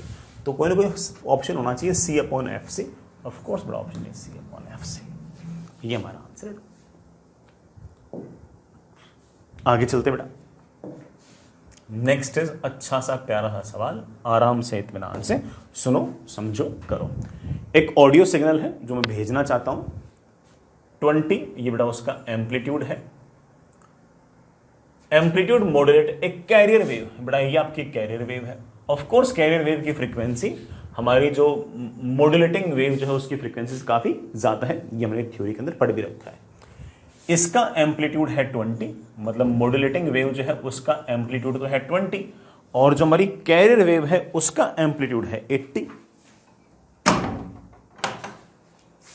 उसका एम्पलीट्यूड है 80, उसका एम्पलीट्यूड है 80। The value of percentage modulation, तो मैं पहले बोल चुका हूं मॉड्यूलेशन तेरे को चाहिए तो सिर्फ और सिर्फ AM/AC कर दिया कर, और ऑफ कोर्स परसेंटेज में चाहिए तो 100 से मल्टीप्लाई कर दिया, अदरवाइज फ्रैक्शन आ जाएगा। और क्या है, अगर सिर्फ मॉड्यूलेशन इंडेक्स पूछे ना तो सिर्फ AM/AC करना है, हर बार 100 से मल्टीप्लाई नहीं करना है। 100 से मल्टीप्लाई सिर्फ तब करना है जब वो परसेंटेज शब्द यूज करे, अदरवाइज तो सीधा AM/AC। अब बड़ा इससे आसान सवाल क्या होगा, 20 ऊपर 80 नीचे 100 से गुणा कर दो, बड़ा कितना आंसर आ गया 25, ये आपका आंसर। और ये पूरा का पूरा सवाल अगेन करने में कितना टाइम लगेगा, मैक्सिमम टू मैक्सिमम बड़ा 30-35 सेकंड के आसपास का समय लगेगा, उससे ज़्यादा समय ये वाला सवाल करने में नहीं लगेगा। ठीक है, ठीक है बच्चों, आगे चलिए बेटा एक और सवाल करते हैं। हालांकि सवाल काफ़ी हद तक अगेन बेटा जो मैंने फॉर्मूले लिख रखे हैं, जो बातें सीख रखी हैं उनके बेसिस पे ही है, बट थोड़ा सा जो मैंने पिछले वाले सवाल किया उससे हल्का सा डिफरेंट है, इसलिए कर लेते हैं। कैरियर वेव है, ये रही, ये उसका एम्पलीट्यूड, ये उसकी ग्राफिक, ये उसका ओमेगा। सर आपको कैसे पता ओमेगा है? भाई जैसे ऐसे लिखा होता है साइन ओमेगा टी लिखा होता है, या फिर साइन 2πft लिखा होता है, तो टी के साथ जो पूरी टर्म है ना वो हमेशा ओमेगा हो जाएगा, 2π के अलावा जो है ना वो आपकी हमेशा फ्रीक्वेंसी हो जाएगी। तो ऐसा पहचान सकते हो, साइन के अंदर टी के साथ जो पूरी टर्म है वो ओमेगा है, 2π के अलावा जो है वो आपकी फ्रीक्वेंसी, ऐसे पहचान सकते हो। हालांकि सवाल में इसका लेना देना नहीं है, सवाल में तो जरूरत नहीं इस बात की, बट फिर भी मुझे ऐसा लगा बताता हूँ, क्या पता एक्चुअल एग्जाम में जरूरत पड़ जाए। A carrier wave this much volts is made to vary between maximum voltage इतना और मिनिमम वोल्टेज इतना बाय ए मैसेज सिग्नल। ये मैसेज सिग्नल है जिस मैसेज को भेज रहा हूँ, ये उसका एम्पलीट्यूड है, और ऑफ कोर्स ये इसका ओमेगा है, टी के साथ जो टर्म है वो ओमेगा है, ये ओमेगा है। The peak voltage of modulation signal, जो सिग्नल आप भेज रहे हो उसका ये एम्पलीट्यूड कितना होगा, मुझसे ये पूछा गया है, निकाल लेंगे। मैं मेरे बच्चों को सिखा चुका हूं कि जो मैक्सिमम एम्पलीट्यूड आपके पास आएगा वो आएगा Vc प्लस Vm, और जो मिनिमम वोल्टेज आपके पास आएगा वो आएगा Vc माइनस Vm। वो बड़ा मैंने AC माइनस V की जगह मैंने A लिखा था, वो एक ही बात है, V लिख दो A लिख दो, उससे कोई फर्क नहीं पड़ता। ठीक है, उससे कोई फर्क नहीं पड़ता। मैं दिखाऊं आपको, मैंने कहाँ लिखा था, कहाँ लिखा था यार, लिखा तो था मैंने यार, ये रहा मैक्सिमम बेटा कितना आएगा, AC प्लस AM या VC प्लस VM, जैसे लिखना चाहो लिख दो। मिनिमम क्या आएगा, मॉड्यूलेटिंग मतलब मॉड्यूलेट होने के बाद जो है उसका मिनिमम एम्पलीट्यूड कितना आएगा, AC माइनस AM या बड़ा VC माइनस VM। जैसे सोचना चाहिए सोच लो, कोई दिक्कत नहीं है। A बोल दो V बोल दो, उससे सवाल में थोड़ी फर्क पड़ता है। खैर, maximum voltage Vc plus Vm है बेटा, Vc की वैल्यू मुझे दे रखी है बेटा कितनी 160, 160 प्लस Vm, और मिनिमम हो जाएगी 160 माइनस Vm। मैक्सिमम वोल्टेज मुझे बोल रखा है बेटा कितना मॉड्यूलेशन होने के बाद जो रिजल्टेंट वेव बनी उसका मैक्सिमम दे रखा है 200, मिनिमम दे रखा है 120। निकाल लो बेटा, 160 plus something is equal to 200, ये बड़ा 160 minus something is equal to 120। Solve करते बेटा Vm की वैल्यू आ गई है 40। इस साल हो सकता 40 आंसर आ गया, 40 आंसर आ गया, आंसर कितना आ गया 40। ऐसा हो सकता है कि इस साल हो सकता है कि एक एक्स्ट्रा स्टेप पूछ लें, बताओ मॉड्यूलेशन इंडेक्स कितना होगा। मॉड्यूलेशन इंडेक्स होगा ऑफ कोर्स AM/AC या बड़ा VM/VC। VM कितना निकाला अपन ने 40, VC कितना दे रखा था हमें 160, तो बड़ा ये कितना आएगा 0.25। हो सकता है कि ये वाला सवाल पूछ लें, अभी तक तो बड़ा सिर्फ और सिर्फ यही वाला सवाल पूछा था। मेरी ऐसी फीलिंग है कि इस साल JEE मेन के अंदर कोई ना कोई सवाल ये वाला पक्का पूछा जाएगा। ठीक, आगे चलते हैं। वैसा सही सवाल बड़ा एक और अगेन JEE मेन का ही सवाल है बड़ा, मैंने ना तो कोई लैंग्वेज में कोई चेंज किया है ना ही मैंने वैल्यूज में कोई चेंज किया है। एक कैरियर वेव है जिसका एम्पलीट्यूड 250 वोल्ट है, तो कैरियर वेव का एम्पलीट्यूड तो हो गया है 250 volt.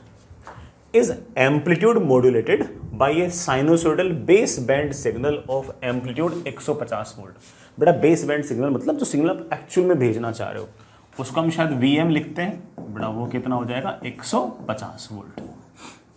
The ratio of minimum amplitude to maximum amplitude for amplitude modulated wave, मतलब एम्पलीट्यूड मॉड्यूलेट होने के बाद जो वेव है उसकी मिनिमम वोल्टेज और मैक्सिमम वोल्टेज का रेशियो पूछा है। अब मैंने मेरे बच्चों को याद करा रखा है कि मिनिमम वोल्टेज होगा of course Vc minus Vm, maximum होगा Vc प्लस Vm। बेटा Vc माइनस Vm कितना है 100, Vc प्लस Vm कितना है 400। आई थिंक बेटा कितना आ गया 1/4 आंसर है। अच्छा लेकिन बेटा मुझे ऐसे बोल रखा कि 50/x लिखो इसको, चलो लिख देंगे 50/x। कर लो बेटा सॉल्व कर दो बेटा, x की वैल्यू कितनी आ गई 200। ये आंसर आ गया आपका, समझ गए बच्चों, ये आंसर आपका। आगे चलते हैं बेटा, next is electromagnetic waves. Again बेटा मैं इस बात को रिपीट करता हूं, कम्युनिकेशन सिस्टम के अंदर आपने बेटा सवाल करके देख लिया कि मोस्टली इंपॉर्टेंट चीजें क्या क्या है। एक तो बेटा अपना जो स्पेस वेव था उसमें जो डिस्टेंस वाला फॉर्मूला था वो इंपॉर्टेंट था। दूसरा हमारे पास की लेंथ जो होगी बेटा क्या कहते हैं एंटीना की, वो λ/4 के बराबर होगी, ये इंपॉर्टेंट था। Power directly proportional to L² वो इंपॉर्टेंट था। और उसके बाद हमारा जो एम्पलीट्यूड मॉड्यूलेशन है वो इंपॉर्टेंट था। ये बेसिक चीजें हमारे लिए थोड़ी सी ज्यादा इंपॉर्टेंट थी। मोस्टली सवाल इन्हीं कॉन्सेप्ट्स के इर्द गिर्द ही लगातार पूछे गए। आगे चलते हैं, नेक्स्ट इज इलेक्ट्रोमैग्नेटिक वेव्स। ये बेटा हमारा अगला टॉपिक है। इसमें सबसे पहली बात बेटा दैट इज डिस्प्लेसमेंट करंट। देखो यार हम आज तक जो करंट पढ़ते आए थे वो तो कंडक्शन करंट था कि किसी स्पेस में से अगर चार्ज गुजर रहा है तो चार्ज गुजरने की जो रेट है that is known as current. उस करंट को हम मोर स्पेसिफिकली बोल सकते हैं कंडक्शन करंट। मान लीजिए बेटा कोई तार है और इस तार में से लगातार चार्ज फ्लो हो रहा है, dt समय के अंदर dq चार्ज फ्लो हुआ तो हम बोलते हैं कि करंट की वैल्यू है dq/dt। और ये वाला जो करंट है बड़ा this type of current is known as your conduction current. इसको हम शुरुआत से पढ़ते आए जानते हैं, इसके ऊपर तो पूरे के पूरे चैप्टर बने हुए हैं, ठीक है। दूसरा है हमारा डिस्प्लेसमेंट करंट। ये थोड़ा सा डिफरेंट है। ये क्या कहता है सुनिएगा, ये कहता है कि मान लीजिए ये एक रीजन है जिस रीजन के अंदर इलेक्ट्रिक फील्ड है और ये इलेक्ट्रिक फील्ड जो है ये लगातार समय के साथ चेंज हो रही है, ठीक है। मैंने इस रीजन के अंदर ऐसे एक लूप लिया, ऐसे एक एरिया लिया, ऐसे। ऑफ कोर्स अगर इलेक्ट्रिक फील्ड लगातार वेरी करेगी तो इस लूप में से गुजरने वाला जो इलेक्ट्रिक फ्लक्स होगा वो भी समय के साथ वेरी करेगा, because flux is of course E.ds। E अगर वेरी करेगा तो फ्लक्स भी तो वेरी करेगा।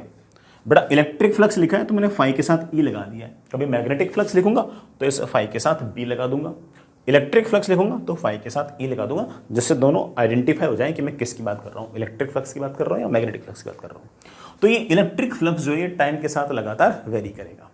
Now displacement current says that कि जब भी किसी रीजन में से गुजरने वाला इलेक्ट्रिक फ्लक्स अगर समय के साथ वेरी करेगा तो हम ये कहेंगे कि इस क्रॉस सेक्शन में से कुछ ना कुछ डिस्प्लेसमेंट करंट गुजर रहा है। और ये जो डिस्प्लेसमेंट करंट होगा it will be always permittivity in free space times rate of change of electric flux.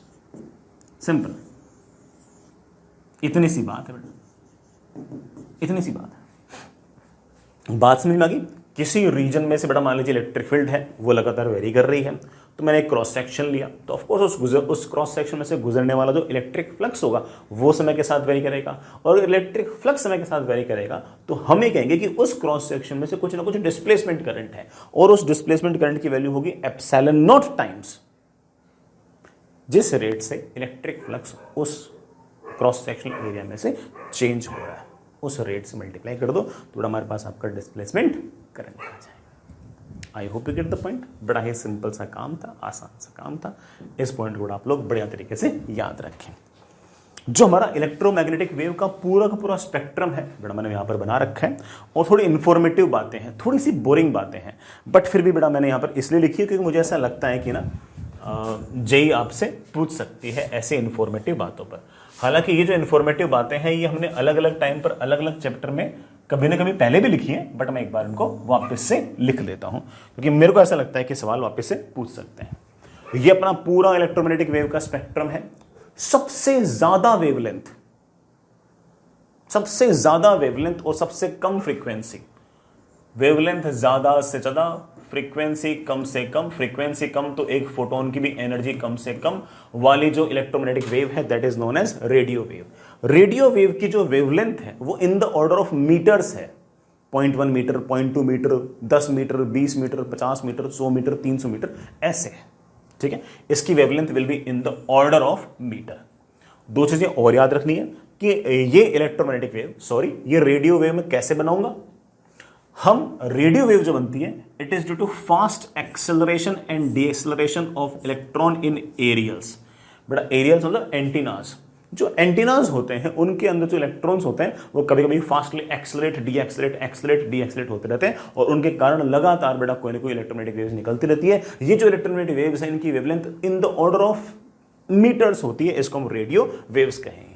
In radio waves को डिटेक्ट करने के लिए भी बेटा हम रिसीवर एरियल्स लेते हैं। बेटा एरियल्स मतलब एंटीनास।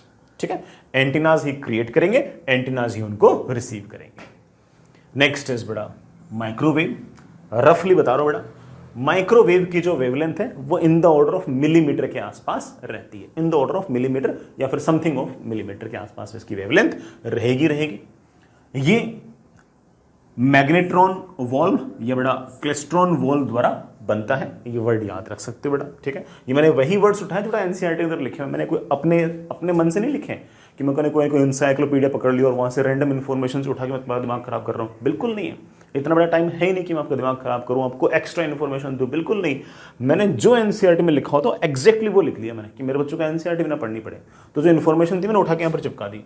अब मैंने एक बार ऐसे बोल दिया कि माइक्रोवेव जो है वो मैग्नेट्रॉन वॉल्व या फिर क्लेस्ट्रॉन वॉल्व से बनता है, तो जैसे वो ऑप्शन आएगा ना वैसे तुम्हें समझ जाएगा कि हाँ सर ने मैग्नेट्रॉन वॉल्व या फिर क्लेस्ट्रॉन वॉल्व बोला था, तो फटाक से आपका आंसर आ जाएगा। तो वो टाइम बच गया अपना और क्या।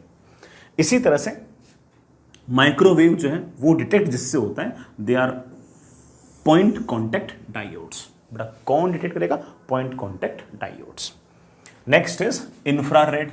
इंफ्रारेड की जो वेवलेंथ है बेटा वो 1 मिलीमीटर से 700 नैनोमीटर के बीच में रहती है। रेड जो वेवलेंथ है बेटा, रेड लाइट की वेवलेंथ जो होती है वो 700 नैनोमीटर के आसपास होती है। उससे ज्यादा वेवलेंथ बेटा किसकी? इंफ्रारेड की। It is vibration of atoms and molecules. जो एटम्स और मॉलिक्यूल्स हैं उनके वाइब्रेशन से इंफ्रारेड रेज लगातार निकलती रहती है। ये वाली बात मैं आपको हीट ट्रांसफर में पढ़ा चुका हूँ। हमारी जो बॉडी है उसके अंदर एटम्स और मॉलिक्यूल्स जो है बेटा उनके अंदर जो वाइब्रेशंस होते हैं उसके कारण भी लगातार इंफ्रारेड रेज लगातार निकलती रहती है। मैंने आपको सिखा रखा है, बता रखा है। इसको डिटेक्ट करने के लिए thermopile bolometer, infrared photographic film ये हम लोग यूज करते हैं। इंफ्रारेड फोटोग्राफिक फिल्म हम यूज करते हैं। लाइट बेटा रफली 400 नैनोमीटर से 700 नैनोमीटर के बीच में। 400 नैनोमीटर बेटा अपनी पर्पल और 700 नैनोमीटर बेटा आपकी रेड। अगेन ये किस कारण से क्रिएट होती है? एटम के अंदर इलेक्ट्रॉन्स जो होते हैं वो एक्साइट होते हैं और जब वो हायर एक्साइटेड स्टेट से लोअर एक्साइटेड स्टेट में जाते हैं तो जो एनर्जी निकलती है वो एनर्जी बेटा hc/लैम्डा अगर निकालते हो तो रफली बेटा लैम्डा इस तरह से निकल जाते हैं। तो it is generated by jumping of electron from one shell to another. इसको रिसीव कौन कौन करता है? बेटा आंख रिसीव कर सकती है, फोटो सेल्स कर सकते हैं, फोटोग्राफिक फिल्म कर सकती है। ठीक। Next is ultraviolet rays. Light से भी छोटी वेवलेंथ, लाइट से भी ज्यादा फ्रीक्वेंसी, लाइट से ज्यादा एनर्जेटिक फोटोन बेटा आपका अल्ट्रा वायलेट रेज 400 नैनोमीटर से 1 नैनोमीटर के बीच में। अगेन एटम के अंदर जो इलेक्ट्रॉन्स है वो एक स्टेट से दूसरे स्टेट पे आते हैं, हायर एक्साइटेड स्टेट से लोअर एक्साइटेड स्टेट में आते हैं तो एनर्जी निकालते हैं और उस एनर्जी निकालने के कारण आपकी अल्ट्रावायलेट रेज क्रिएट होती है। इसको डिटेक्ट कौन करता है? फोटो सेल्स करते हैं और फोटोग्राफिक फिल्म करती है। याद रख लोगे। Next is x rays. As you know it very well, पूरा चैप्टर पढ़ रखा है अपन ने इस बारे में। इसकी जो वेवलेंथ है बेटा वो 1 नैनोमीटर से लेकर 10⁻³ नैनोमीटर के बीच में से इसकी वेवलेंथ होती है। ये क्रिएट होती है कुलीज ट्यूब या फिर एक्सरे ट्यूब से और इसको डिटेक्ट करने का जो काम है बेटा वो गीगर ट्यूब या फिर आयनाइजेशन चैम्बर होता है। सबसे ज्यादा फ्रीक्वेंसी वाला, सबसे छोटी वेवलेंथ वाला, सबसे ज्यादा एनर्जेटिक फोटोन किसके पास होगा? गामा रेस के पास। गामा रेस की वेवलेंथ तो मैंने आपको पहले भी लिखा रखा है बेटा, पिकोमीटर के ऑर्डर में होती है, ठीक है ना, 10⁻³ नैनोमीटर के ऑर्डर में होती है। और ये अक्सर न्यूक्लियस की डिके होने से बनता है। मैंने आपको सिखा रखा है रेडियो एक्टिविटी के अंदर कि एक न्यूक्लियस जब टूटता है तो बहुत ज्यादा एनर्जेटिक फोटॉन्स निकलते हैं। These extremely energetic photons have very small wavelength, very high frequency, and these photons lie in the range of gamma rays. तो किससे क्रिएट होगा? न्यूक्लियस के डिके होने से ये क्रिएट होगा। अगेन बेटा इनको डिटेक्ट कौन करता है? वही Geiger tube and ionisation chamber जो है वो इनको डिटेक्ट कर सकता है। ये सारी इंफॉर्मेशन ऐसी थी जो बेटा मैंने एग्जैक्टली एनसीईआरटी से उठाकर यहां पर रखी है। मैंने अलग से अपने हिसाब से कुछ भी इसके अंदर ऐड नहीं किया है, क्योंकि मुझे ऐसा लगा कि इस पर सवाल जेईई के अंदर पूछ सकते हैं, इसलिए मैंने रखा है। और आपको बस ऐसे अलग से देखने की जरूरत नहीं। अब आपने एक बार पढ़ लिया, अब आपको याद तो रह जाएगा यार, ठीक है। ऑब्जेक्टिव तो पेपर पूछते हैं, तो एक बार भी अगर सर ने पढ़ा रखा तो रिकॉल तो हो जाता है ना। चलिए नेक्स्ट है जो मैंने बात बताई उसके बेसिस पे बेटा जेईई ने पिछले साल 2 सवाल पूछे। मैं बेटा दोनों ही बता रहा हूं। अच्छा तुम ये मत सोचना कि अच्छा पिछले साल ये वाले सवाल पूछे इसलिए सर ने ये पढ़ा दिया, ऐसा नहीं, हर साल ये पढ़ाते हैं, ठीक है। कोई बहुत बड़ी चीज थोड़ी, सब ये पढ़ाते हैं। Choose the correct option relating wavelength of different parts of electromagnetic spectrum. बड़ा पूरा का पूरा जो इलेक्ट्रोमैग्नेटिक स्पेक्ट्रम है उसमें किसकी वेवलेंथ ज्यादा है, किसकी वेवलेंथ कम है, इसमें से एक सही है बड़ा, बाकी गलत है। कौन सा सही है कौन सा गलत है? एक्सरे से ज्यादा बड़ी वेवलेंथ माइक्रोवेव की, सही बात है बेटा। माइक्रोवेव से ज्यादा बड़ी वेवलेंथ रेडियो वेव की, बिल्कुल सही है। रेडियो वेव से ज्यादा बड़ी वेवलेंथ विजिबल की, अरे नहीं रे, सबसे बड़ी वेवलेंथ ही रेडियो वेव की थी। कुल मिलाकर ये गलत हो गया। माइक्रोवेव से ज्यादा बड़ी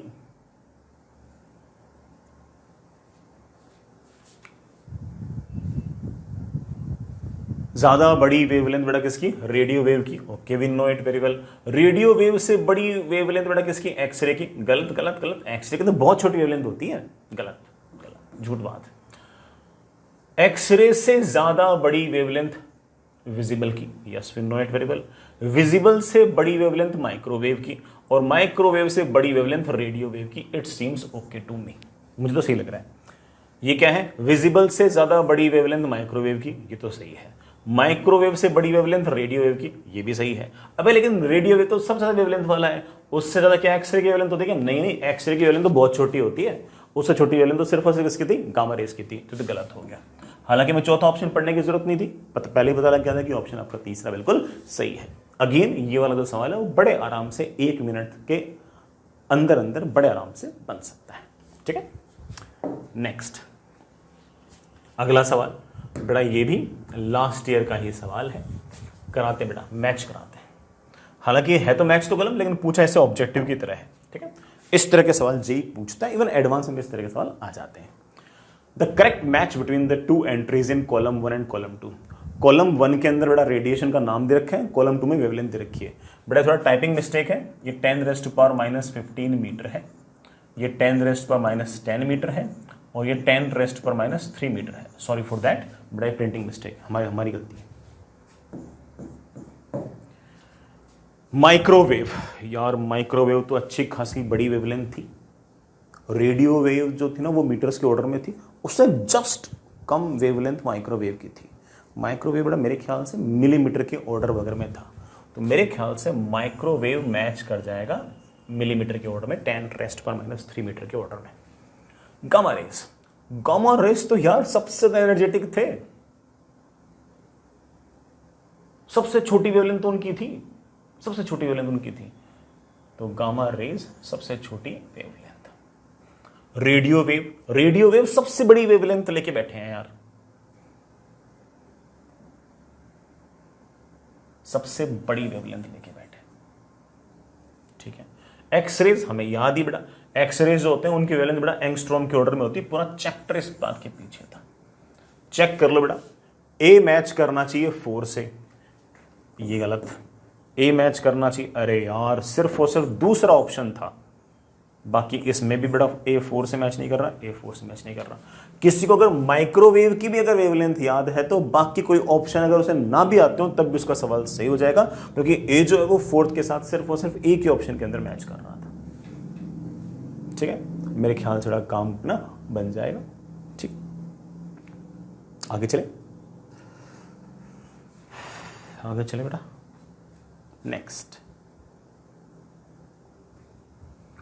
नेक्स्ट इज मैक्सवेल्स लॉ। बड़ा मैक्सवेल सर ने ये 4 इलेक्ट्रोमैग्नेटिक वेव के लॉज दिए, हालांकि लॉज अलग अलग लोगों ने दिए, मैक्सवेल सर ने सिर्फ और सिर्फ उनको एक तरीके से कंपाइल किया है, एक तरीके से सिर्फ और सिर्फ एक जगह लेके आए हैं। इसमें से 3 लॉज तो ऐसे हैं जो हमने कभी ना कभी अलग अलग चैप्टर के अंदर पढ़ रखे हैं। पहला है हमारा गाउस लॉ ऑफ इलेक्ट्रिसिटी। ये क्या कहता है बेटा, आपको याद ही है कि मान लीजिए कि आपके पास कोई चार्ज है, लेट्स से बेटा Q1, Q2, Q3 something like that, और हमने इस तरह से एक क्लोज्ड सरफेस बना रखा है। इस क्लोज्ड सरफेस को हम एक नाम देते हैं गाउसियन सरफेस। इस गाउसियन सरफेस से कुछ ना कुछ इलेक्ट्रिक फ्लक्स निकलेगा। इलेक्ट्रिक फ्लक्स एक तरीके से ये बताता है कि कितनी ज्यादा इलेक्ट्रिक लाइन ऑफ फोर्सेस इस सरफेस से निकल रही है, और that is integration of E dot ds। ये हमेशा होगा charge inside divide by epsilon not. तो इस सरफेस में से गुजरने वाला जो इलेक्ट्रिक फ्लक्स होगा that will be of course इस गॉसियन सरफेस के अंदर कितना चार्ज है, Q1 प्लस Q2 पूरा charge divide by epsilon not. Simple. Next is Gauss law of magnetism. It is even more easier कि मैग्नेटिक फ्लक्स किसी भी क्लोज्ड लूप में हमेशा ही जीरो होगा। सर कैसे, मुझे नहीं समझ में वाली बात, समझाता हूं। Magnetic line of forces close loop बनाती है, इस कारण से मैग्नेटिक फ्लक्स जीरो आएगा। जैसे फॉर एग्जांपल मान लीजिए ये आपके पास है नॉर्थ पोल, ये साउथ पोल, ये कोई मैग्नेट है। नॉर्थ पोल से लाइंस निकलती हैं, साउथ पोल से ऐसे एंटर करती हैं, something like this, something like this, ऐसे। अब मान लो कि मैंने कोई गाउसियन सरफेस यू पकड़ी ऐसे, ठीक है। अब इसमें से जितनी लाइन और सॉरी जितनी लाइंस बाहर निकलेंगी उतनी लाइन से एंटर करेंगी, तो जितना फ्लक्स बाहर जाएगा उतना फ्लक्स अंदर आएगा, तो नेट फ्लक्स हमेशा जीरो हो जाएगा। अगर मैं गाउसियन सरफेस यहां ली, यहां भी बड़ा यही कहानी है, जितनी लाइंस बाहर निकल रही हैं, बाहर निकल रही हैं, उतनी लाइंस एंटर कर रही हैं, एंटर कर रही हैं, एंटर कर रही हैं, तो नेट फ्लक्स आपका हमेशा ही जीरो आ जाएगा। ठीक है ना, हो सकता कभी काम आ जाए। Next is Faraday's law. इस कॉन्सेप्ट पर पूरा का पूरा बड़ा चैप्टर है जिसे हम नाम देते हैं EMI। ये क्या कहता है आपको याद ही है कि किसी रीजन के अंदर अगर मैग्नेटिक फील्ड अगर टाइम के साथ लगातार चेंज हो रही है, अगर तुम एक लूप लो इस तरह से, अगर मैग्नेटिक फील्ड लगातार चेंज हो रही है तो इस लूप से गुजरने वाला मैग्नेटिक फ्लक्स भी लगातार समय के साथ चेंज होगा। ये बेटा ने मैग्नेटिक फ्लक्स लिखा है क्योंकि मैंने फाई के साथ बी लिख दिया ना, ठीक है। ये जो मैग्नेटिक फ्लक्स के चेंज होने की रेट है, अगर मैं इसके साथ एक नेगेटिव साइन लगाऊं तो it will be always equal to कि इस लूप के अंदर कितना EMF इंड्यूस होगा। वो जो EMF इंड्यूस होगा इसको हम ऐसे भी लिख सकते हैं कि इस पूरे के पूरे लूप के अंदर line integral of electric field, क्या बोल सकते हैं, line integral of electric field. तो मैग्नेटिक फील्ड अगर चेंज होगी तो इलेक्ट्रिक फील्ड आ सकती है। Change in magnetic field can create electric field. Very interesting. यहां तो बात समझ आ गई। हालांकि बातें हमने अलग अलग चैप्टर में अलग अलग टाइम पे देखी है। अभी अगर मान लो कि मैं कोई बात ना समझ में आए तब भी कोई ऐसा पहाड़ नहीं टूट पड़ा, ठीक है। Next is Maxwell Ampere's law. मैं ये थोड़ा अलग से समझाता हूं। जो मैक्सवेल एम्पियर्स लॉ है वो क्या कहता है बेटा, मैक्सवेल एम्पियर्स लॉ ये कहता है कि किसी भी लूप के अंदर, अब मान लीजिए कि इस रीजन के अंदर मैग्नेटिक फील्ड है, तो integration of B dot DL जो होगा it will be always equals to mu naught times इस लूप में से गुजरने वाला करंट, इस लूप में से गुजरने वाला करंट, दैट्स इट। अब आज हम इस बात को सीखे हैं नए नए बिल्कुल फ्रेश कि ये जो करंट है दो तरीके का हो सकता है। एक तो कंडक्शन करंट जो चार्ज के मूव करने के कारण हो सकता है, और दूसरा बेटा हमारा डिस्प्लेसमेंट करंट। मान लीजिए कि कभी कोई कंडक्शन करंट है ही नहीं, चार्जेस इधर उधर कहीं जा ही नहीं रहे, उस केस में बड़े आराम से कह सकता हूं कि integration of B dot DL will be always equals to mu naught times displacement current. Sir ये डिस्प्लेसमेंट करंट का फॉर्मूला मुझे याद आ रहा है, हाँ बेटा मुझे भी याद आ रहा है। Displacement current was epsilon not times D by D T of electric flux.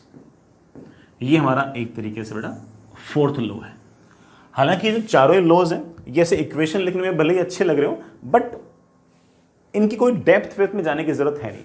हालांकि इसकी डेप्थ में हम एक चैप्टर में जा चुके हैं, इसकी डेप्थ तो कुछ खास है ही नहीं। अगेन इसकी पूरी की पूरी डेप्थ पर पूरा का पूरा चैप्टर बना हुआ है, और ये जो पॉइंट है ये जितना मैंने लिखा है इससे ज्यादा इसकी जरूरत नहीं है, ठीक है।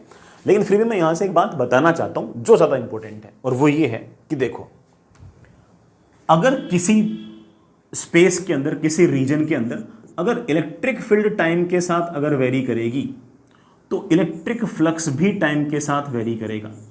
इलेक्ट्रिक फ्लक्स अगर टाइम के साथ वेरी करेगा तो मैग्नेटिक फील्ड क्रिएट हो जाएगी।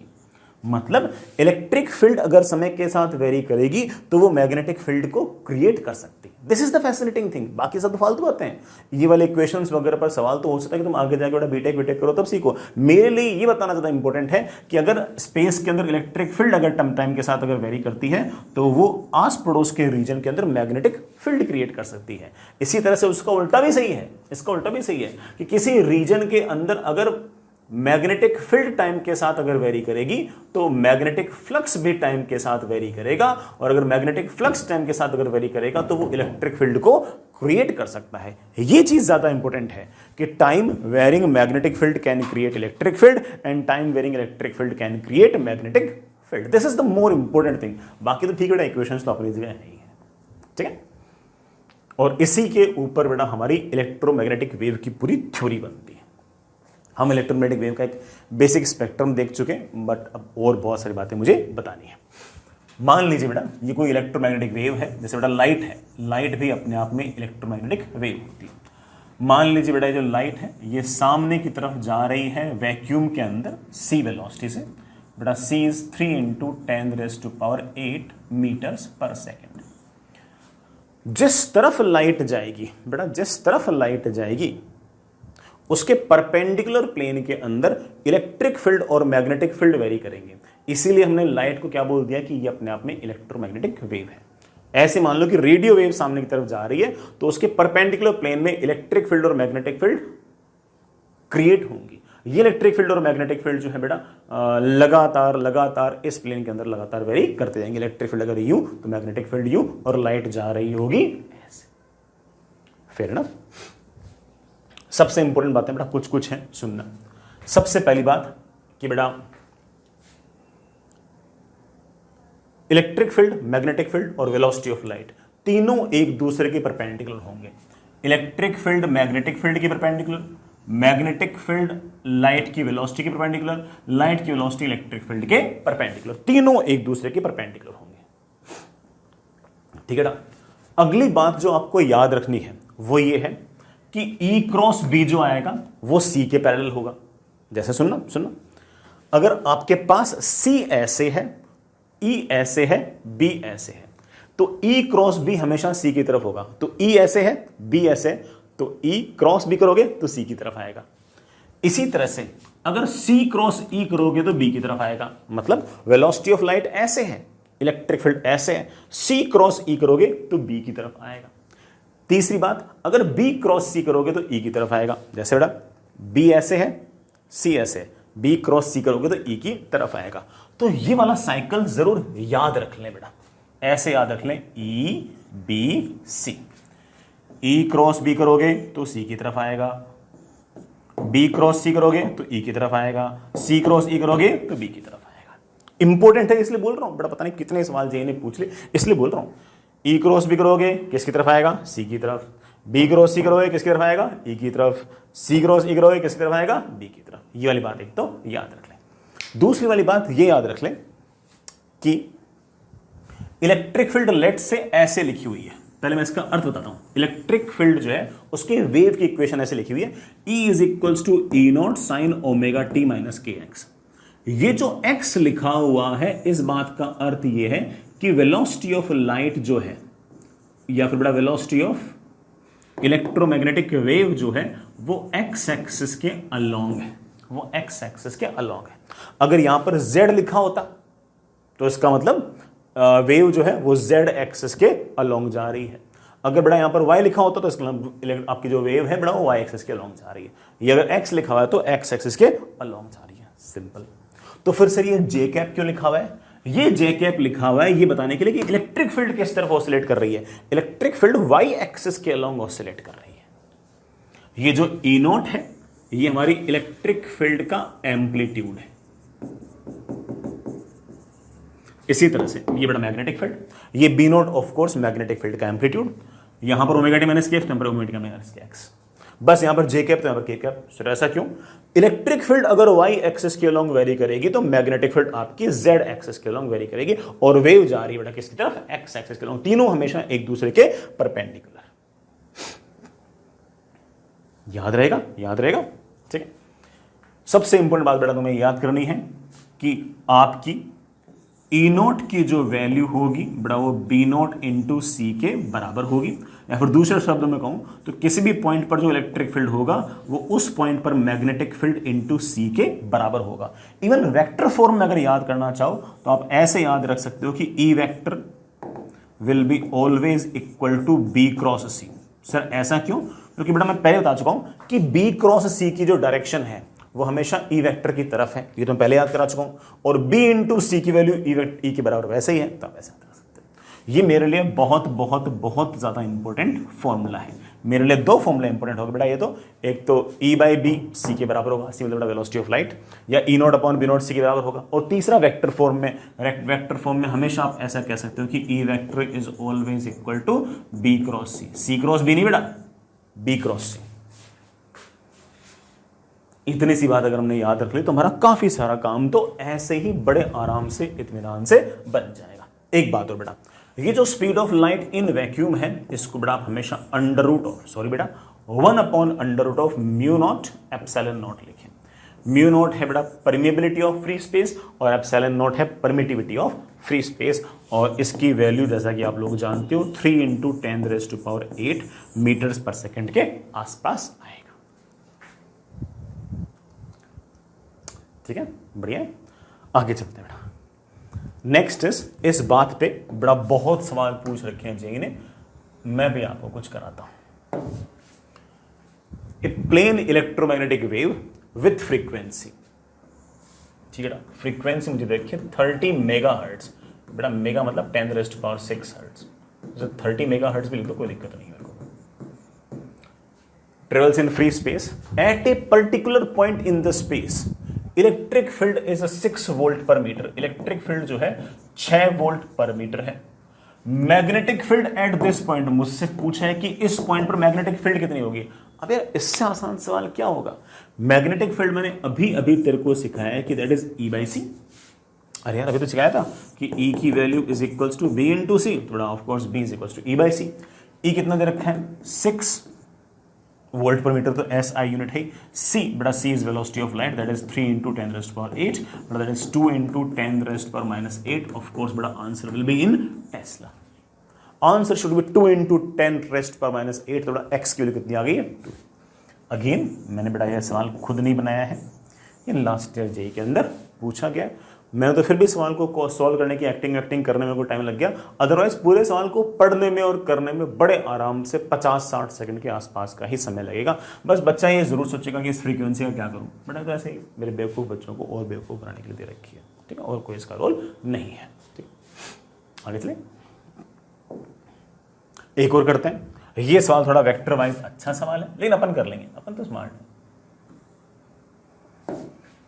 In a plane electromagnetic wave, the direction of electric field, बड़ा इलेक्ट्रिक फील्ड की जो डायरेक्शन है वो देखिए के कैप, ये तो यूनिट वेक्टर है बेटा, और मैग्नेटिक फील्ड जो है वो किसके अलोंग है? 2i cap minus 2j cap के अलोंग है। ठीक है, what is the unit vector along direction of propagation of wave? तो वेव किस तरफ जाएगी मैंने मेरे बच्चों को याद करा रखा है। E क्रॉस बी करोगे C आएगा, B क्रॉस C करोगे E आएगा, C क्रॉस E करोगे B की तरफ आएगा। ऐसे होता है ना, क्या ऐसे बता रखा? तो इसका मतलब C की डायरेक्शन निकालनी है, तो मुझे पता है कि सी कैप जो होगा इट विल बी